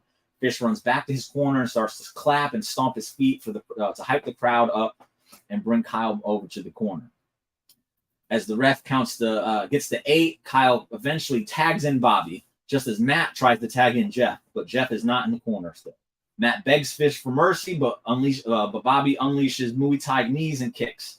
Jeff finally is able to get up on the apron, but as he gets on the apron, Bobby comes over and knocks him back down off to the mat. Bobby turns around and ducks Matt, charging at him, and then connects with a kick to the chest. At this time, Scarlett Boudreaux walks down to the ringside and places an hourglass on the apron as she points at Bobby. Bobby tells her to get out of here. The ref does the same as he turns his attention to Scarlett. While this is happening, Kyle has now been accosted by Karen Cross as he has him in a chokehold and drags him over the barricade and away from the ring. Bobby catches this out of the corner of his eye and tries to run over to make the save, but as he goes through the middle rope, Jeff Parker throws chalk in his eyes. Bobby stumbles back in the ring, blinded, which allows Matt Lee to hit him with a low blow, dropping Bobby down. Scarlett then begins to leave as the ref returns his attention to the match. Jeff is now back over at the corner. Matt tags him in. Matt picks Bobby Fish up on his shoulders, and then Jeff flies off the top rope as they hit their own version of the Doomsday Device. Jeff pins Bobby 1, 2, 3, and Everrise is your new NXT Tag Team Champions. Rhea Ripley versus Chelsea Green with Robert Stone. Rhea broke her hand punching the post, but this is before the match. This happened before the match during the build-up. But Rhea broke her hand punching the post when Stone moved Chelsea out of the way during the tag match that Rhea had, where it was Charlotte and Chelsea versus Io and Rhea weeks earlier. That match actually did happen. Rhea has a cast on her right hand, and Chelsea Green has Robert Stone at ringside. Rhea chases Chelsea out of the ring and then around the ring. Stone finally steps in the way, and Chelsea gets in the ring. Rhea punches Stone with a broken hand, knocking him out, but hurting herself in the process, which allows Chelsea then to fly through the bottom and middle rope to hit Rhea with a drop kick, sending her into the barricade. Chelsea comes outside, grabs the hand, and then starts to slam the hand on the barricade before throwing Rhea back into the ring. As Chelsea enters the ring, Rhea is back at her feet. She hits Chelsea with a knee lift to the midsection, but then clubs her in the back with that bad hand again, causing her to grimace and turn away because her hand is just in too much pain. As she tends to that arm, Chelsea is able to get back up. Rhea comes over, but Chelsea grabs that bad hand and throws Rhea into the corner. She comes in and starts choking Rhea with her foot as she taunts the cameras. She then lets go of the choke and slaps Rhea. That wakes Rhea up. Chelsea looks shocked and then slaps Rhea again, which then Rhea follows that by letting out a blood-curdling scream that scares Chelsea, and she starts backpedaling. Rhea finally swings, but Chelsea ducks and hits the ropes. But as she comes back, Rhea hits a drop kick. She pins Chelsea, but only gets 2. Fast forward a little bit in the match, and Rhea has Chelsea in the corner, and she's hitting back elbows with her left hand. Stone climbs up on the apron, but as soon as he is up, Rhea clotheslines him down with her left arm. But as she turns back to Chelsea, Chelsea hits her with a face buster by pulling her hair, and then covers Rhea, but only gets another 2 count. Chelsea screams in frustration. She then crawls over to the ropes and starts to yell at Robert Stone, who is laid out on the outside floor. He apologizes and instructs her not to stop. Chelsea gets up and returns to Rhea, and she picks Rhea up and tries to whip her in the ropes, but Rhea reverses it and sets her up for the riptide. But Robert Stone is back on the apron. Rhea throws Chelsea down and big boots Stone off the apron one more time. She turns around and catches Chelsea trying to sneak attack. Chelsea stops. Rhea goes for a right hand one more time, but stops herself, looks at her hand, and realizes, oh, I have a broken hand still. Chelsea realizes that Rhea's not going to hit her, points at the hand and laughs, but then Rhea grins and cracks Chelsea with a big headbutt. Chelsea wobbles there for a minute before Rhea grabs her and then hits her with a riptide to pin her 1, 2, 3 and defeat Chelsea Green.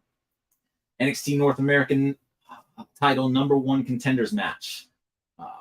I'm gonna call them Swerve and Dijak, even though that's not what their names were here. It was Isaiah Scott and Dijakovic. Those names are longer, so I'm making it work. Swerve was able to beat Johnny Gargano to get in this match and Dijakovic was able to beat Ciampa in this match. Both of them earning upsets to get this shot at this title, to kind of usher in a new changing of the guards here. Gargano and Ciampa are on the way out. Bell rings and Swerve flies in immediately with a shotgun drop kick, dropping Dijak into the corner. Swerve jumps up onto the top rope, and as Dijak gets to his feet, he comes off with another drop kick. As Dijak starts to get up again, Swerve connects with the house call, kick to the back of his head, and pins Dijak 1, 2, but Dijakovic is able to kick out. Swerve is stunned. Swerve controls this match from there all the way through about the middle when Dijak starts to fight back. He overpowers Swerve and eventually hits a seated power bomb that gets him a 2 count and allows him to kind of take control. He wastes no time, though, and picks Swerve up. He goes for a suplex, but as he picks him up, Swerve comes down with the knee on top of his head, which causes Dijak to bring him back down. But he doesn't let go of the suplex, and he goes for it again. But this time, Swerve spins as he reaches the peak and then reverses the suplex with the spin into a cutter. He pins Dijak 1-2 kickouts. Both men, though, are having trouble answering the 10 count, and at 9, they both reach their feet. And as Dijak runs in for as soon as he rises, Swerve is up. He runs in for a big boot. Swerve ducks underneath and starts hitting forearms. He then runs against the ropes, ducks another clothesline from Dijak, and then hits the other side of the ring to go for a springboard crossbody. But Dijak has recovered and hits a big boot midair that crumbles Swerve. He immediately picks him up and connects with the Feast Your Eyes to pin Swerve for the 3 count and become the number 1 contenders for the North American title, which is held by Keith Lee. NXT Women's Championship match, Io Shirai versus Charlotte Flair. Io became the number 1 contender. She also pinned Charlotte in that tag team match that took place between Io and Rhea versus Charlotte and Chelsea Green. Io tries to use her speed and aerials, but Charlotte is there to use her speed and power advantage every single time on Io. Io goes for a top rope crossbody, but it gets reversed into Charlotte catching her and hitting her with a fallaway slam. Io goes for a missile drop kick, but as she comes down, Charlotte meets her in the air with a drop kick of her own. As Io at one point is on the apron, she tries for her springboard drop kick attempt, but as she gets up to do the springboard, Charlotte kicks her arm on the spring midair, sending Io crashing down to the floor. Charlotte then takes her time climbing to the top, lets out a woo, and goes for her outside moonsault, but Io moves, and Charlotte rolls and tumbles into the barricades. Io sees her opening and immediately hits the Meteora running knees to a seated Charlotte against the barricades. Io then enters the ring to break the count and then comes back out. Io then picks Charlotte up and rolls her back into the ring. Io jumps up on the apron, and as Charlotte gets up, Io finally hits her springboard drop kick to Charlotte and pins her, but only gets a 2. Towards the end of the match, Charlotte is now back in control. She has Io in the corner, and she is chopping her multiple times before Io finally stumbles out of the ring and collapses to her knees. Charlotte then hits her natural selection and goes for the pin, but Io kicks out at 2. Charlotte then gets up and immediately goes for the figure 8 leg lock, but as she spins, Io reaches up and rolls Charlotte up in a small package that gets her a 2 count. They both burst to their feet, but Charlotte big boots Io back down to the mat. She then finally does lock in the figure 8 leg lock. After struggling for about 45 seconds, Io is finally able to reach the ropes. Charlotte can't believe it and eventually breaks the hold. Io pulls herself out of the ring and onto the apron, and as she stands up using the ropes to help, Charlotte charges through the middle rope for a spear, but Io sidesteps it and then soccer kicks Charlotte to the chest. Io then springboards into a sunset flip, but Charlotte rolls all the way backwards and ends up on her feet. She goes for a kick of her own, but Io drops down, rolls Charlotte in a schoolboy, but instead of going for the pin, she lets go and it hits a double stomp to Charlotte on the mat.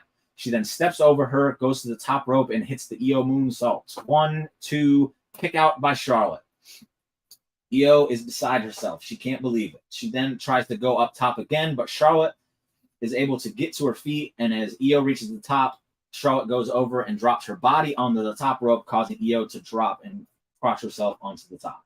Charlotte then goes up to the middle rope and tries to go for a side back suplex off the top, but Io will not let go of the top turnbuckle.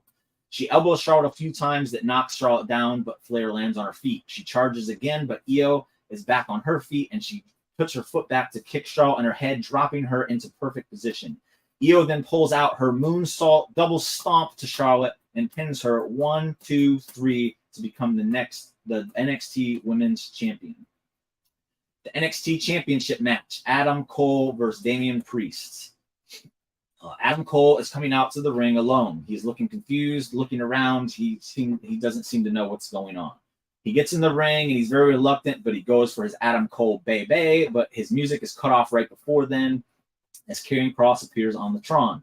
Kross tells Cole he needs not to worry about his friends. He's taking care of them. He's taking very good care of them. He figures the best way to handle a bunch of boys who act like a pack of dogs is to treat them like dogs. The camera pans out, and O'Reilly and Bobby Fish are tied up, gagged, and locked in dog cages. Kross then grabs the camera and pulls it to his face, and he tells Adam that he's a man of his word. He said he was going to put an end to the Undisputed Era, and that's exactly what he's doing. So if Adam is able to make it through tonight, his time will come to an end this Wednesday.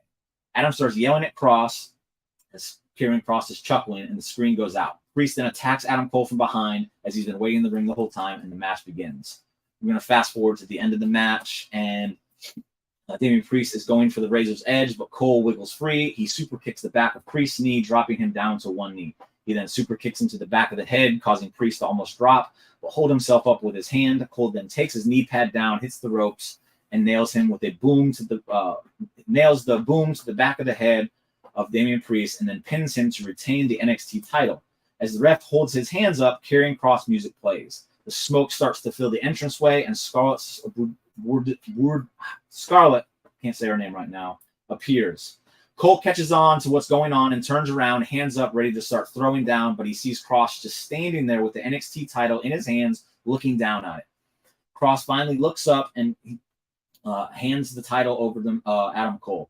As Adam Cole takes it, Karrion Kross comes in real close, grabs him by the back of the head, and whispers into his ears. The camera zooms in just to get a shot of their heads, and you hear Karrion Kross whisper into his ear, "Tick tock," and that is the end of the show. Brilliant, Jim. I love that. All right, let's get everybody unmuted. I basically got to come up with a new Charlotte Io match on the fly. Again? That's twice. Yes. Oh, dear. Right, Jimmy, I'll go first because Brad has disappeared. All right. First things first, I knew you were looking forward to this because I know you like your takeovers. I really like the fact that you focus on the in-ring work because that's what they did in NXT. Yes. You focus on what happens in the ring. You tell your stories in the ring. Everything else is just shenanigans that occurs outside. Everrise 2.0 rules. Yes, that is exactly what I wanted to see. 2.0 won the tag team championships. I am a happy boy. That was fantastic. The fact that you had Io use the moonsault stomp, which she hasn't done yet. That's the stardom. She still has not done the moonsault. No, she still has not done the moonsault stomp. So the fact that you had to do that, really impressed. Because I love that move. I feel like it's the proper thing to do to beat Charlotte, to protect Charlotte to an extent. Yeah, I agree with that completely. The Rhea Chelsea match was hilarious, which is exactly what it should have been. Rhea beat the piss out of her with a broken hand, and Chelsea did Chelsea things. That's all that needs to be done with those.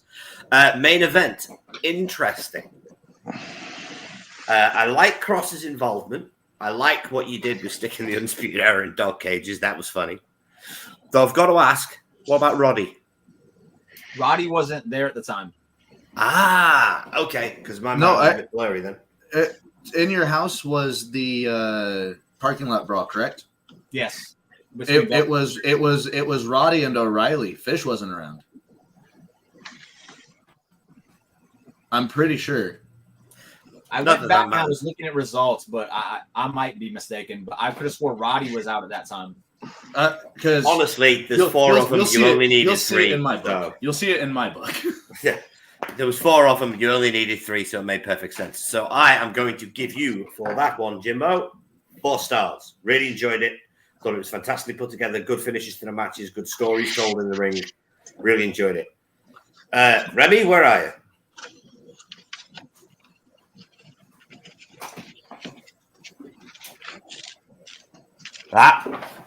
Hang on, let me bring this up.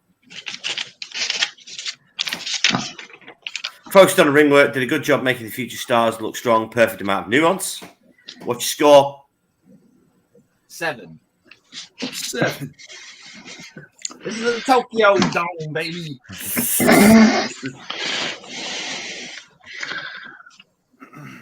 Okay, Remy, what's your score? Right, so, Cat, you go while we're waiting for Rem.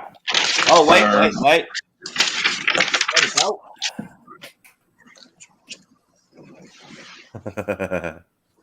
Yeah, the Kyle O'Reilly solo run where they gave him the most generic ass music.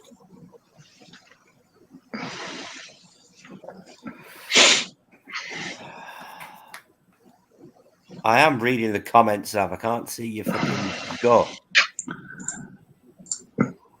4 stars from Sav. 4 stars. That's 4 for me, 4 for Sav. Okay, Cap, go for it. Tag team gauntlet. See, this is why the gauntlet match is a lost art. This is why I cannot stand multi-team, multi-men matches most of the time. Gauntlet match answers that. If you want to get them involved, do the gauntlet thing rather than having just 9 kinds of shit being thrown at the wall all at once. Loved it. Ripley and Chelsea Green. Nick said it better than I could. I was chuckling a bit to myself. Then we sort of went down here. Wasn't a fan of the Swerve and Kovic. I would have rather this been Swerve and Keith Lee. But you see, he's done it to set up Dijak and Keith Lee, which is literally an absolute banger of a meat fest every single time. Every time. And I wanted to establish Isaiah Scott because they didn't. No. They booked him fucking horribly, and that was like, I'm putting him on this show. I don't care what I got to do. So that was the idea there. I did have a match for Keith Lee. Again, I had to take it off because of time constraints. I love the inclusion of Swerve. I would just rather it been him and Keith. But that's just personal preference. Fair enough, dude. EO and Charlotte. Liked it for the most part, but it just didn't really ring with me. Cole versus Priest. When I saw that you switched this up, number 1, you didn't include the guy whose name I will not mention, who was originally facing Cole in this one. So that was good. You threw in Damian. I like Damian Priest. I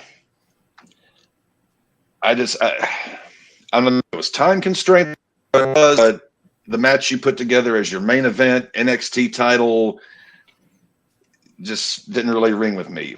But you did so well on the first 2 matches, and then EO and Charlotte was pretty good. So that kind of saved the fact that the main event and then the Swerve match didn't really do it for me. This one I'm giving 2 out of 5. That's very generous of you, Captain. The question before your first two were absolute banging. Then it dropped. Then it was like, okay, a little bit better. Then like you came out storming and then ran out of gas. I put the stars in the comments ages ago. Before I know, but I am very blind, Sam. No, not you, bro. I was just saying that I was in the kitchen and I was like, I can't even run upstairs quickly. And I was just So time on the second round, is it 15 or is it 20? 20. I thought it was 15. That's why I removed the match and I didn't go into the main event that much because I thought the story was more important than the match itself. That's why I took things out. 20 minutes. Cool, but 20 minutes. Okay. So you scored a 10 in that round. Not bad. Yeah. So that put you at 19. Right. Matthew, are you ready? Yeah. Let's get you on. In 3, 2, 1, 20 minutes starts now. Okay, so my source that I looked up also had Riddle and Pete Dunne as the tag team champions at this time. I'm not sure if that's true, but that's what the source said, so I built a match around that. We've got Pete Dunne and Matt Riddle versus James Drake and Zach Gibson versus Roddy Strong and Kyle O'Reilly. This is you've got Riddle, you've got Drake, and you've got O'Reilly, all versed in strikes and versed in technical wrestling. Also, this is a 3-way tag match. Like, none of the tag out to your other team. It's triple threat tag team rules. So we get an amazing exchange between Drake. So 3-way dance rules then. Yeah, 3-way dance rules. Well, Okay, cool. I think three-way dance also elimination, right? No?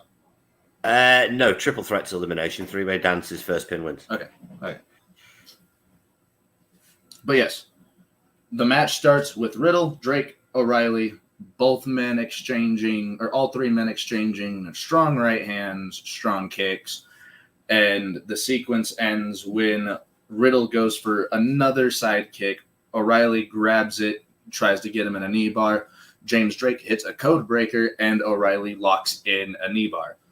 James Drake, seeing this, immediately stops O'Reilly from doing any more damage, so that way no tap out happens. Chaos ensues as the 3 men, fast-paced, are bouncing off the ropes, off the top rope, and Riddle is throwing Drake and O'Reilly around with suplexes aplenty. O'Reilly gets a tag out to Roderick Strong, who comes in and lays everybody out with a backbreaker, a big taunt.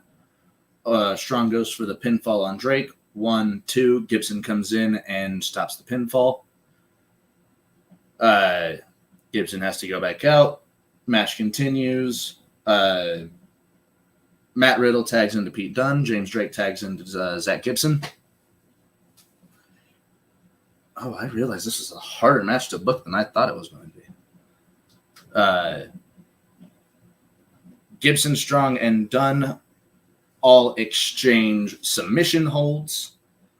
At one point, Strong has the full Boston Crab on Zach Gibson while Pete Dunne locks in a crossface. This gets broken up by James Drake, who does a running shotgun dropkick. Fucking hell.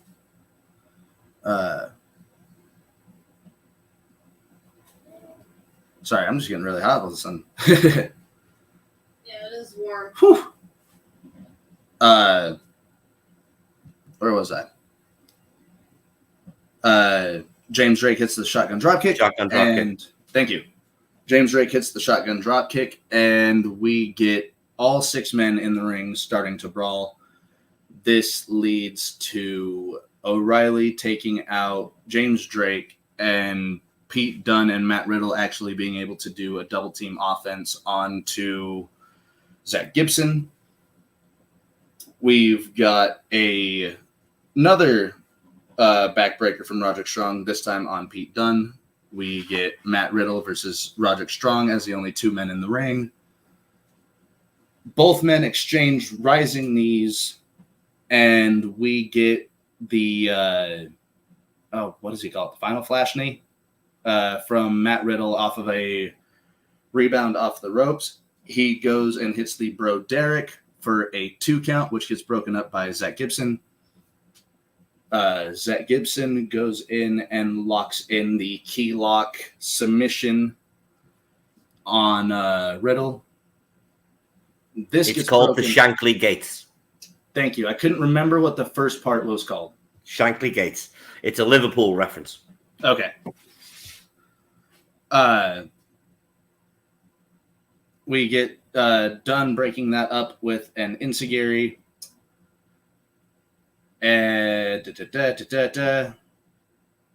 Because I've wasted so much time, let's cut to the finish.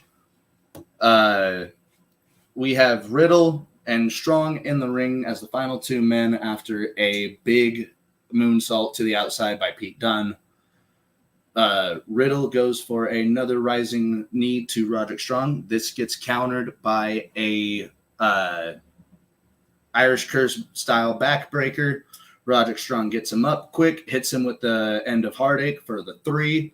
We've got Undisputed Era as the tag team champions. Next match, Tegan and Shotzi versus Kai and Gonzalez in a hardcore match. Tegan and Shotzi start this match off hot as Kai and Gonzalez make their way to the ring. Both women hit suicide dives onto the outside of the ring, and the match begins. Tegan and Shotzi hit Gonzalez with literally everything that's not nailed down, including parts of the barricade that they pull off. They start burying Gonzalez underneath several types of chairs that are in the performance center, types of trash cans, anything that they can find to put on top of Gonzalez. And then they focus Dakota Kai 2-on-1. Dakota Kai tries to fight her best, but she's finally getting what she deserves off of Tegan and Shotzi. Tegan and Shotzi play with their food for like 5 minutes while not going for pinfalls. We get Shotzi's top rope senton bomb. We get a Shining Wizard and a chokeslam from Tegan, but they still refuse to go for the pinfall. This gives Gonzalez just enough time to get up and out of the burial they gave her. Shotzi goes for another suicide dive, but gets caught by Gonzalez, thrown through the barricade. And it is Tegan versus Gonzalez, as Dakota Kai is basically rendered useless. Gonzalez goes for a chokeslam that Tegan counters. Tegan goes for a chokeslam of her own, but Gonzalez is way too big for Tegan to get up. So a chop block to the knee of Gonzalez and an attempt for a Shining Wizard. Gonzalez catches Tegan Knox from the Shining Wizard and hits her with the Chingona Bomb for a 3.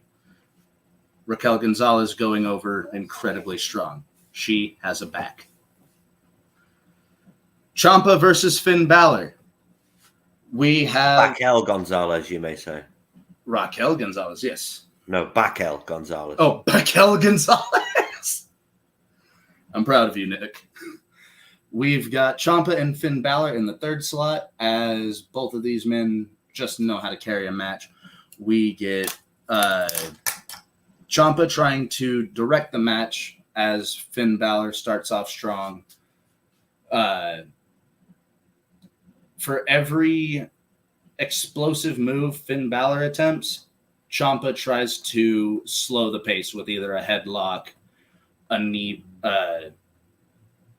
bar, or anything to stop Finn Balor from running around. This gets stopped when Finn Balor finally gets up, hits a series of chops that get Ciampa into the corner. Finn Balor hits the shotgun dropkick into the corner, and he goes for the coup de grace, misses. Ciampa hits son of a bitch, his rising knee. Not a psycho knee, but because that's whenever they're grounded.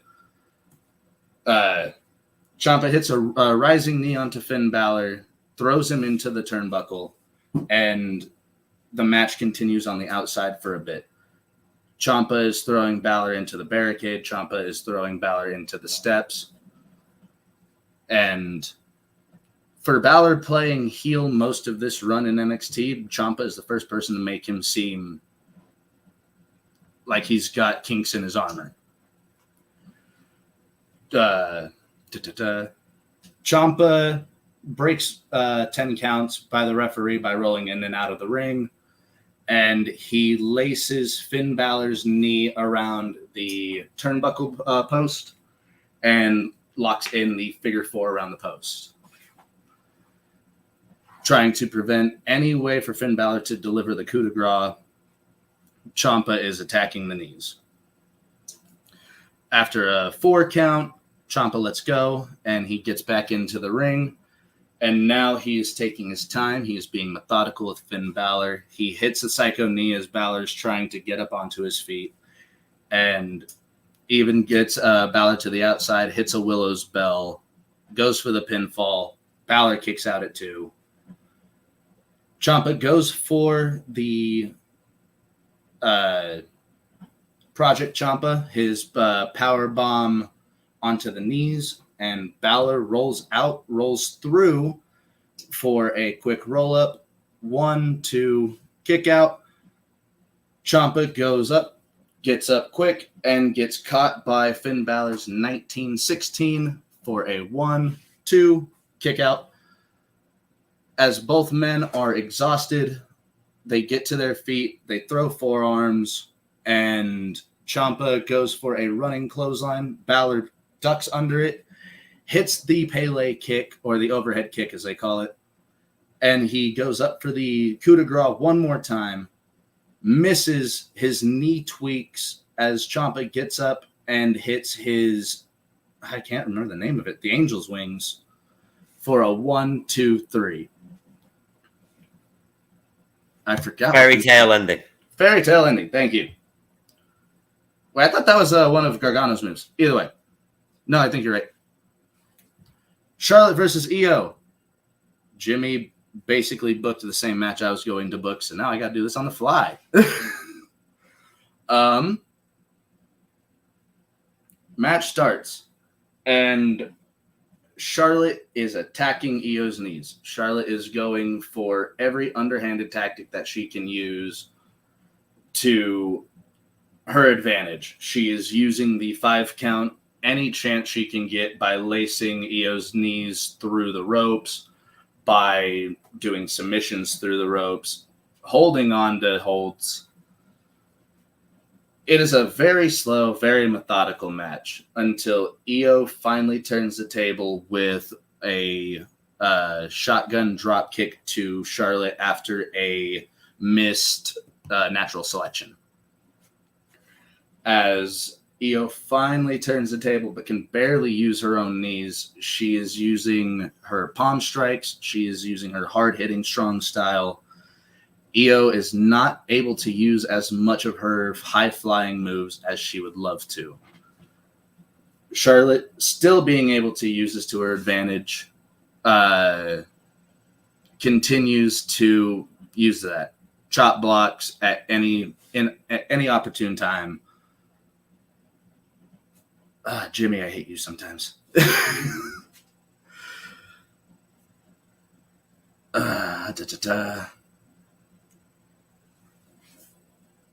Io goes to the top for her moonsault, but because she's slow, she cannot get up there as fast. Charlotte is able to push her onto the top of the turnbuckle. Charlotte gets up there with her and is going for a super backdrop. As Charlotte goes up to the top and lifts her up, she hesitates too long, and Io is able to rotate and land on top of Charlotte, grabbing a hold of the tights. As Charlotte has been using advantages all night, Io uses the tights for a quick 1, 2, 3 off of a mistake on Charlotte's part. Match number 4. Keith Lee versus Johnny Gargano versus Dijak versus Damian Priest, North American title. This is my type of chaos match. I get Johnny Gargano getting pounced over the barricade by Keith Lee. I've got Dijak and Keith Lee rehashing some of the stuff that we see at TakeOver Portland, with Dijak countering a chokeslam by backflipping out of it and hitting his super kicks. Damian Priest is interjected into there by hitting absolutely everybody and anybody moving with his feet, because at this point he did a lot of kicks.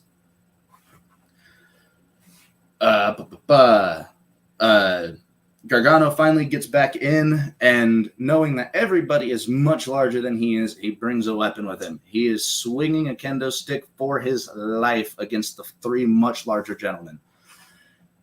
Keith Lee stops this by catching the kendo stick in his arm and his side.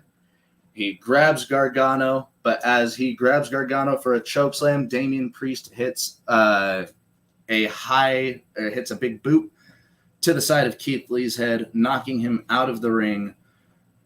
Priest then grabs a hold of Gargano, trying to hit a broken arrow as he lifts Gargano up.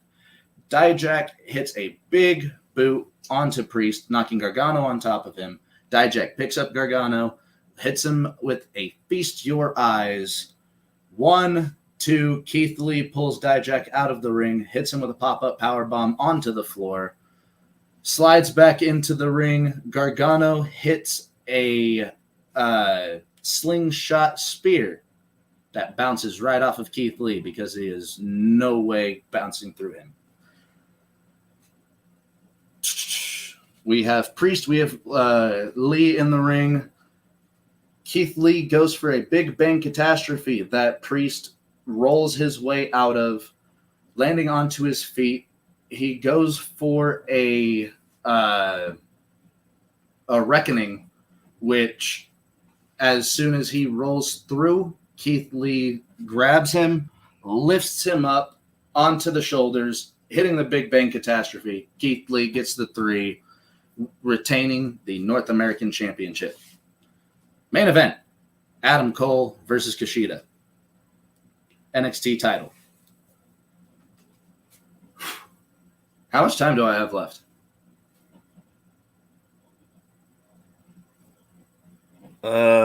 In 3 minutes. Cool. Adam Cole versus Kushida. This is Adam Cole's, 300th day as champion? So he is worn down. He is tired, and Kushida is ready to attempt to pick the bones. As the match starts, Adam Cole does everything in his power to try to end the match quick. He hits a big super kick to Kushida's knee. He goes for the boom right off to start the match and misses. Kushida then grabs Adam Cole and hits him with the rolling arm breaker. Adam Cole desperately tries to get to the ropes. As Adam Cole pulls himself to the ropes and outside of the ring, Kushida gives him absolutely no time as he hits a suicide dive to the outside of the ring.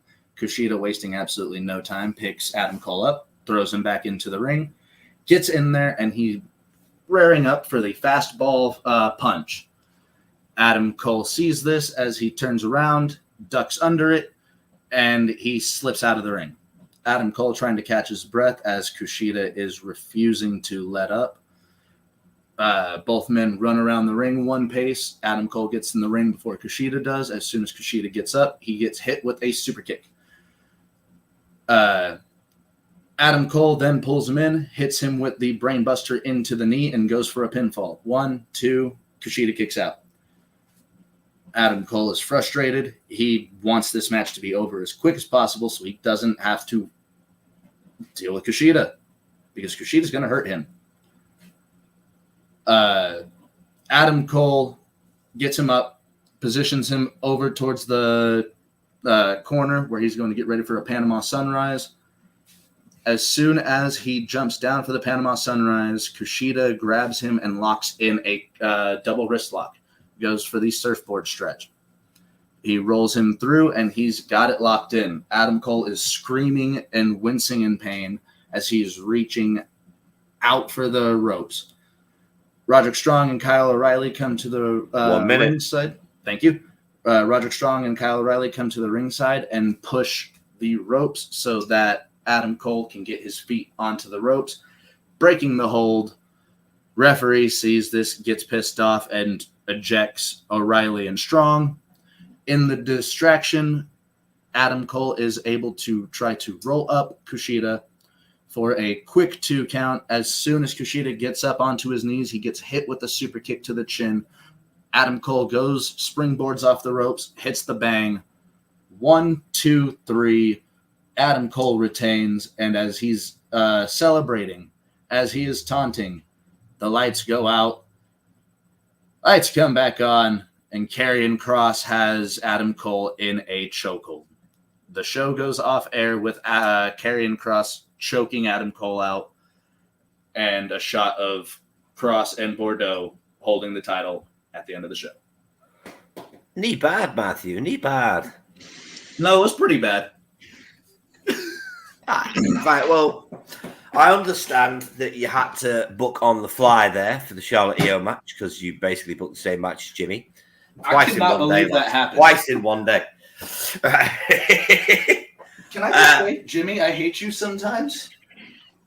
A lot of people That- do. Yeah, this is true. Some Right. people hate me all the time. So, gentlemen, Matty, I'll cut straight to the chase. Didn't like the main event. Understandable. I know why you put Kushida in there because he's the only Japanese guy on the roster. Shush your mouth. No, because it is. You're obsessed with New Japan, admit it. Yes. That's why I was in there. And I love Kushida. But you didn't have him do the Back to the Future. I'm disappointed. Where -5. Where was the small package driver? Very disappointed. Really enjoyed your tag match. That was Controlled Chaos. And Grizzled Young Vets were in there. Happy boy. Made me happy. That was really good. I didn't like your women's title. Gotta be honest. Just because you did it on the fly, but I'm not going to knock your points off that because you had to do it on the fly. So, 3 stars. I'll fucking take it. Sav? Yeah, quite a lot of what Nick said resonates with me as well. Didn't like the main event. I did like the ring psychology in the Ciampa match. I really like that. Yes. So that's something that stood out for me. Yeah, the thing is with a NXT takeover for both of you, it's gonna, if you focus on the in-ring work, then it's half the job's done. And luckily, that is what NXT is about. You know what I mean? Exactly. So I had you both on like a 4 initially, like, as I was listening. The main event, I feel bad for Matty, but the main event kind of effed you, bro. So I'll give you a 3.5. I'll take it. Is it 3? What did you say? 3 out of 5 or 3.5? 3.5 this time, 3.5. Okay. You're up, Cap. Oh, tag title triple threat, classic Matthew Chaos. I will give you some credit here that you saved yourself from yourself a bit. You didn't bring out as much furniture, or actually I didn't hear about it, as much furniture. No furniture in the tag title match. And even though, again, I don't like these multi-team boo-haws, I liked how you put the match together. You've got a weird habit of that, taking matches that normally I'd be like, okay, this is going to suck, but then you put it together in a way that so that's good. That second match, that was your one stinker here. That I don't know what the fuck that second match was, Maddie. I debated just giving that one a 0, but you know, you tried. It wasn't a good match to start. Now, the highest rating I've given to any match so far tonight. Ciampa versus Finn. Everyone knows I'm not a big Ciampa fan. I don't dislike it. I'm not a big Ciampa fan. Yet. This was by far the match I've enjoyed the absolute most so far. The way you laid that out, the way you told the story, I was watching the match in my head as you were laying it out, and I could not do any better on that one. That's the one out of the two of you. That's the one thing I've enjoyed the most so far, and I never thought I would say that about Ciampa being involved. Charlotte and Io, I cut you some slack here. You were booking on the fly, so I gave you the same score on that match as I did Jimmy. I couldn't just pull out the fucking moon stomp as soon as Jimmy pulled it out. So you mentioned as you were going through your event, you said Johnny Gargano. All right, Dijak. Oh Christ, he's doing it again. Damian Priest. But again, I didn't hate the match as you laid it out. you controlled it. You didn't go crazy here, even though it was a four corner, what have you. I would have preferred chaos. I would have preferred it just been, Keith Lee versus Priest, or even, that would have been nice. If you did Keith Lee versus Gargano, which was the actual match on the card, I wouldn't have been as upset because I actually enjoyed that match. I believe that was the first time I ever saw Keith Lee wrestle, and I thought this guy could definitely be something. The main event, yeah, Maddie, your Japan fascination. Hey, Adam Cole versus Kushida is a damn good match. It is, to be fair. It is, but to be fair, yours wasn't. I don't know if I'd want to take To be honest, though, if I saw Adam Cole versus Kushida as a main event, that's not going to draw me to a pay-per-view. I'm not going to buy a pay-per-view based off of that match. But if it was on a card, yeah, that's what I'm saying. If it's on a card, I'll be like, yeah, I've got to watch that. But you couldn't sell me a pay-per-view off that, especially back in what, 2020, 2021? 2020, yeah. 2020. Yeah. So, nah. There were a couple of holes here, but you did so good with Ciampa Finn, and I liked what you did with that tag title triple threat. You actually kept it sane, rational, and I have to say on this particular round, I enjoyed your book more than Jimmy. So I'm giving this one 2.5 out of 5. And it's almost solely based on what you did with Finn and Ciampa. It's very rare when I'm doing this that I'm literally seeing and enjoying the match in my head as I'm picturing it. That was good. I really loved that. Tabulate the score for the round, please. So 2.5 plus 3.5 plus 3. That is 9 stars for Maddie. So let's take Maddie is at 17.5. Jimmy is at 19. So Jimmy is up by 1.5 stars. Right, gentlemen, we now come to my favorite part of the show. Of course it would be, you devious bastard. We come to my favorite part of the show, where not only do you have to book Backlash together, but because you have both already booked the previous show, it's got to go chronological. I can't wait for this. Wait, like chronological off of how I'm going to let you two decide. I'm going to let you two decide amongst yourselves. Before 10 or 12 segments. So what do you mean chronologically? Just so we're on the same page here. So like basically, you booked the previous show, book? so this show has to make sense based on your previous show. Yeah, because it went Money in the Bank, In Your House, and then Backlash. Yes. Okay. This one has to roll into the other. Gotcha. Yeah. Okay, so I'm going to leave this up to you boys. Do you want to do 10 or 12 segments? That's up to you, Jimmy. You're the champ. Let's just do 10 because 12. This isn't an AEW show. Okay. Right, Jim, you're up first. Then we'll go to Maddie.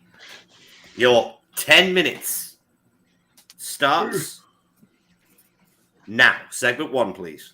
All right, so we're going to start off with an Intercontinental title match for the vacant championship that Sami Zayn had to drop because he didn't show up to Money in the Bank. And as you remember, Shinsuke and Cesaro attacked Sheamus, so this match ended up being Cesaro versus Shinsuke versus Sheamus because Cesaro and Shinsuke couldn't figure out who was going to represent the team. So Adam Pearce says, we're going to go ahead and throw you both in. Tempers flare up here, and in the end, Sheamus is able to kind of use their brewing feud because they both want the Intercontinental title to his advantage, and right when it looks like he's about to win, Sami Zayn returns and takes out all three of them and then stands tall with the original Intercontinental title in his hand. Okay, Mike, segment 2. I like it. Segment 2 is going to be a Raw Women's title match as Shayna Baszler is set to defend against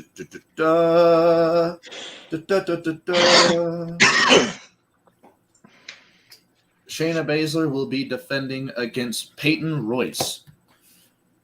This match goes about as you expect it. Peyton Royce attempts to use her talents to get over in Shayna.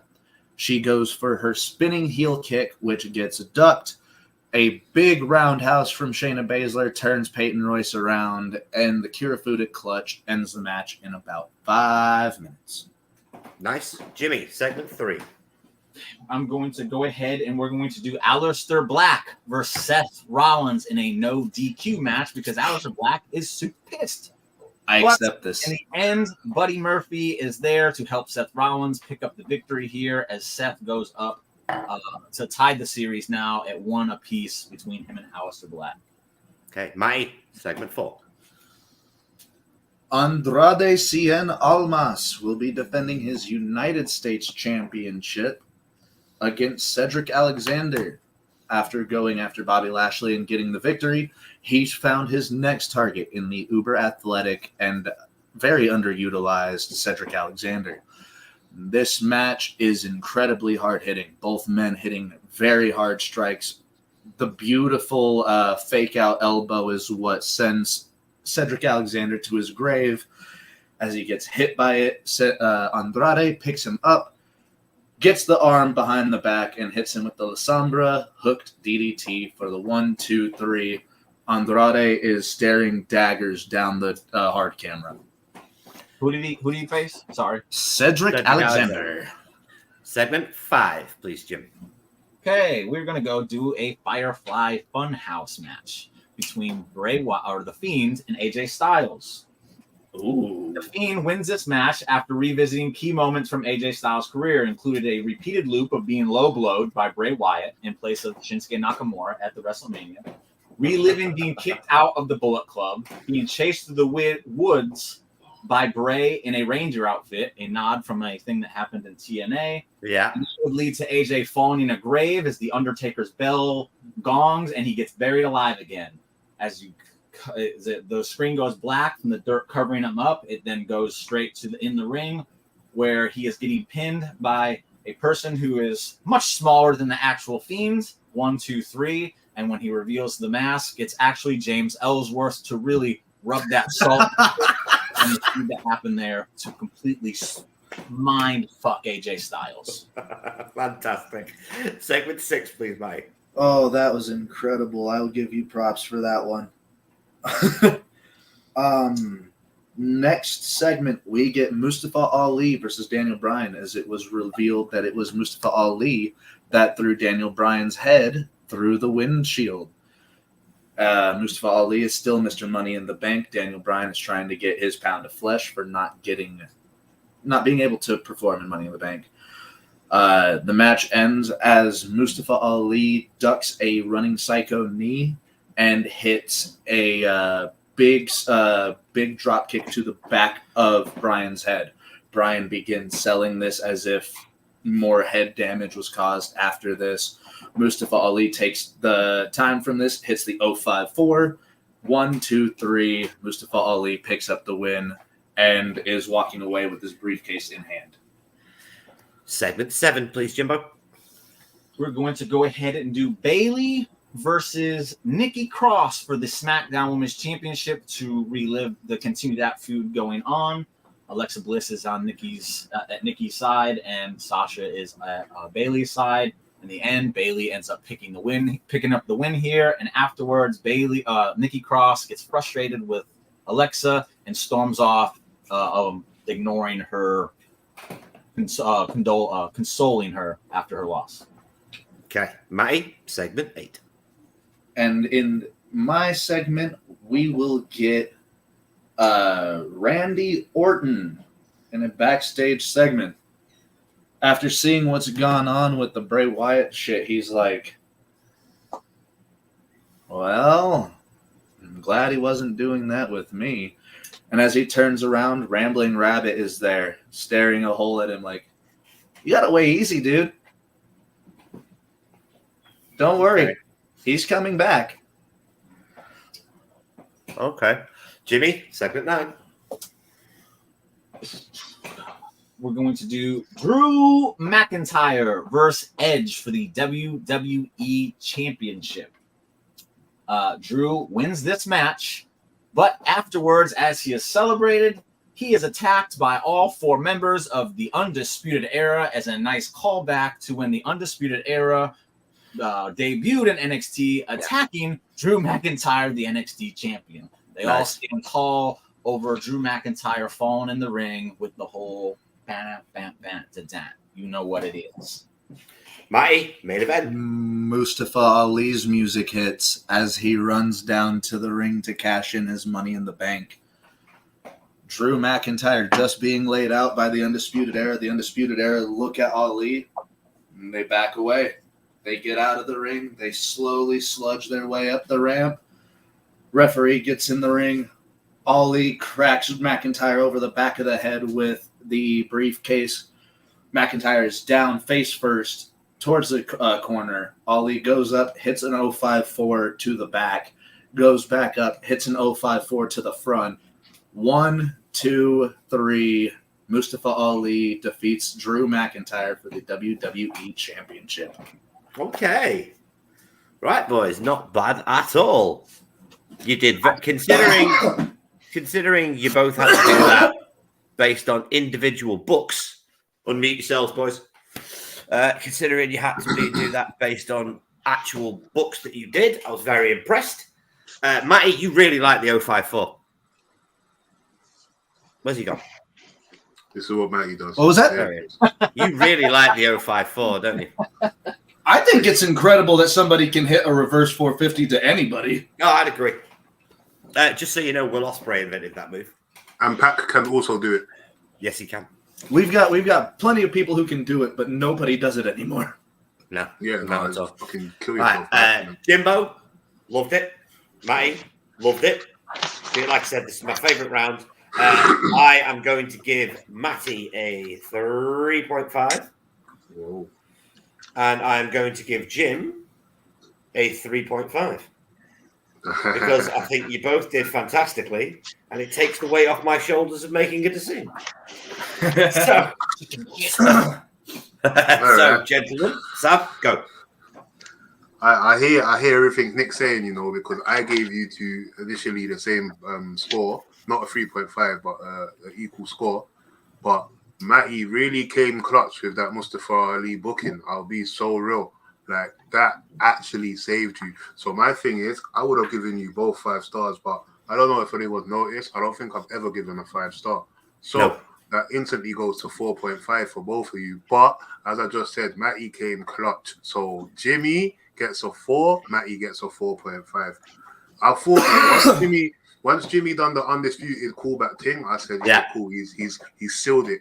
And then because you said they had to play off it, the second Matty said, oh yeah, Drew McIntyre just being laid at Mustafa. I said, all right, cool, that's it. That was really good. Yeah. I would have enjoyed that show top to bottom if you both Yeah, brilliant. I would have watched that over and over. Yeah. Cap, go. All right. One's across the board for Cap. No, it was. I liked Jimmy's card minus Bailey versus was this Bailey versus Nikki? Yeah, minus Bailey versus Nikki, and Maddie. I mean,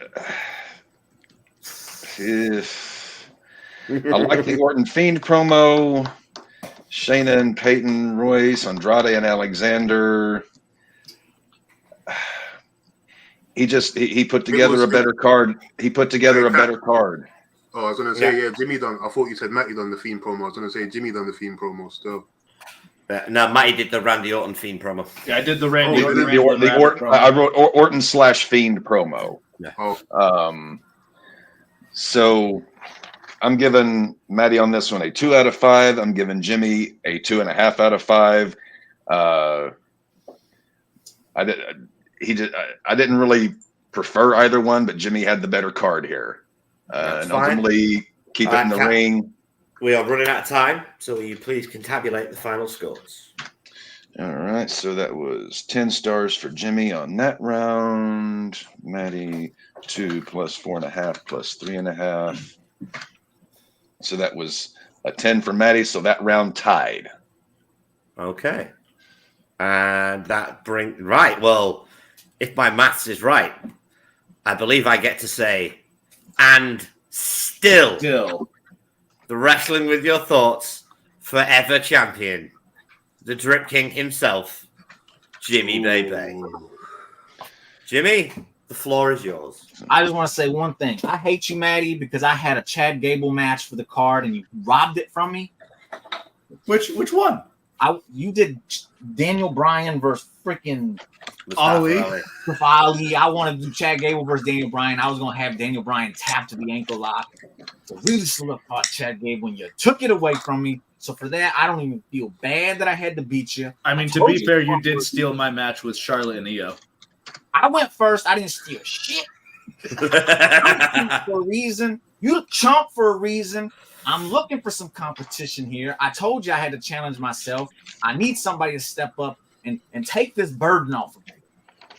This crown is heavy. This belt heavy. Remy, do you want a shot? I've been thinking of it still, but we'll get there when we get there. Yeah. I will set up a challenge. I will set up a number one contender match for next month. Good luck. And we will see who we can find. But in the meantime, ladies and gentlemen, boys and girls, Legionnaires of all ages, thank you so much for tuning in. Gentlemen, plug away. Remy, go first. Remy, so Sav on everything, musician, podcaster, streamer, yeah, man, crew day, all day. You see it on the background, you see it on my phone case. Like, you know what we're on. Follow us. Shout out Nick. Shout out Jimmy. Shout out Cap. Shout out Matty. That last round, boys. Big up both of you, man. That last round was superb. That was best round that's the best round I've been a part of. So yeah, man. I feel like Jimmy and I could just make a living booking shows. I'd like to see you two in a tag team. I'll be real. We complement each other very well. Like I said, he did the good men's Money in the Bank. I did the good women's Money in the Bank. Yeah. Exactly. It works out very well. Right, Sav, anything else to plug? No, man, that's me. Thanks, everyone. Right, Cap, plug away. Tuesday, it is the Raw Ball podcast every Tuesday. Coming up this Saturday, it is King and Queen of the Ring. We're going to be covering that one. Starts at 11:30 Central Time, I believe. Maddie, I know, is only going to be Maddie busy every single night of the week between us and Greg Cherry. Trying to think of anything else we have coming up. Hopefully we'll have a slower, easier week than this last week. Unless we get any sports news, I don't think that's the case.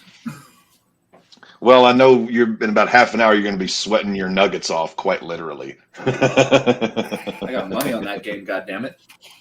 Right, but ladies and gents, that's the show. Thank you very much for joining us. And always remember, we are but five geeks obsessed with a good show. And our opinion means nothing without yours in the comments below. See you next time. Reign strong, Jim. Stay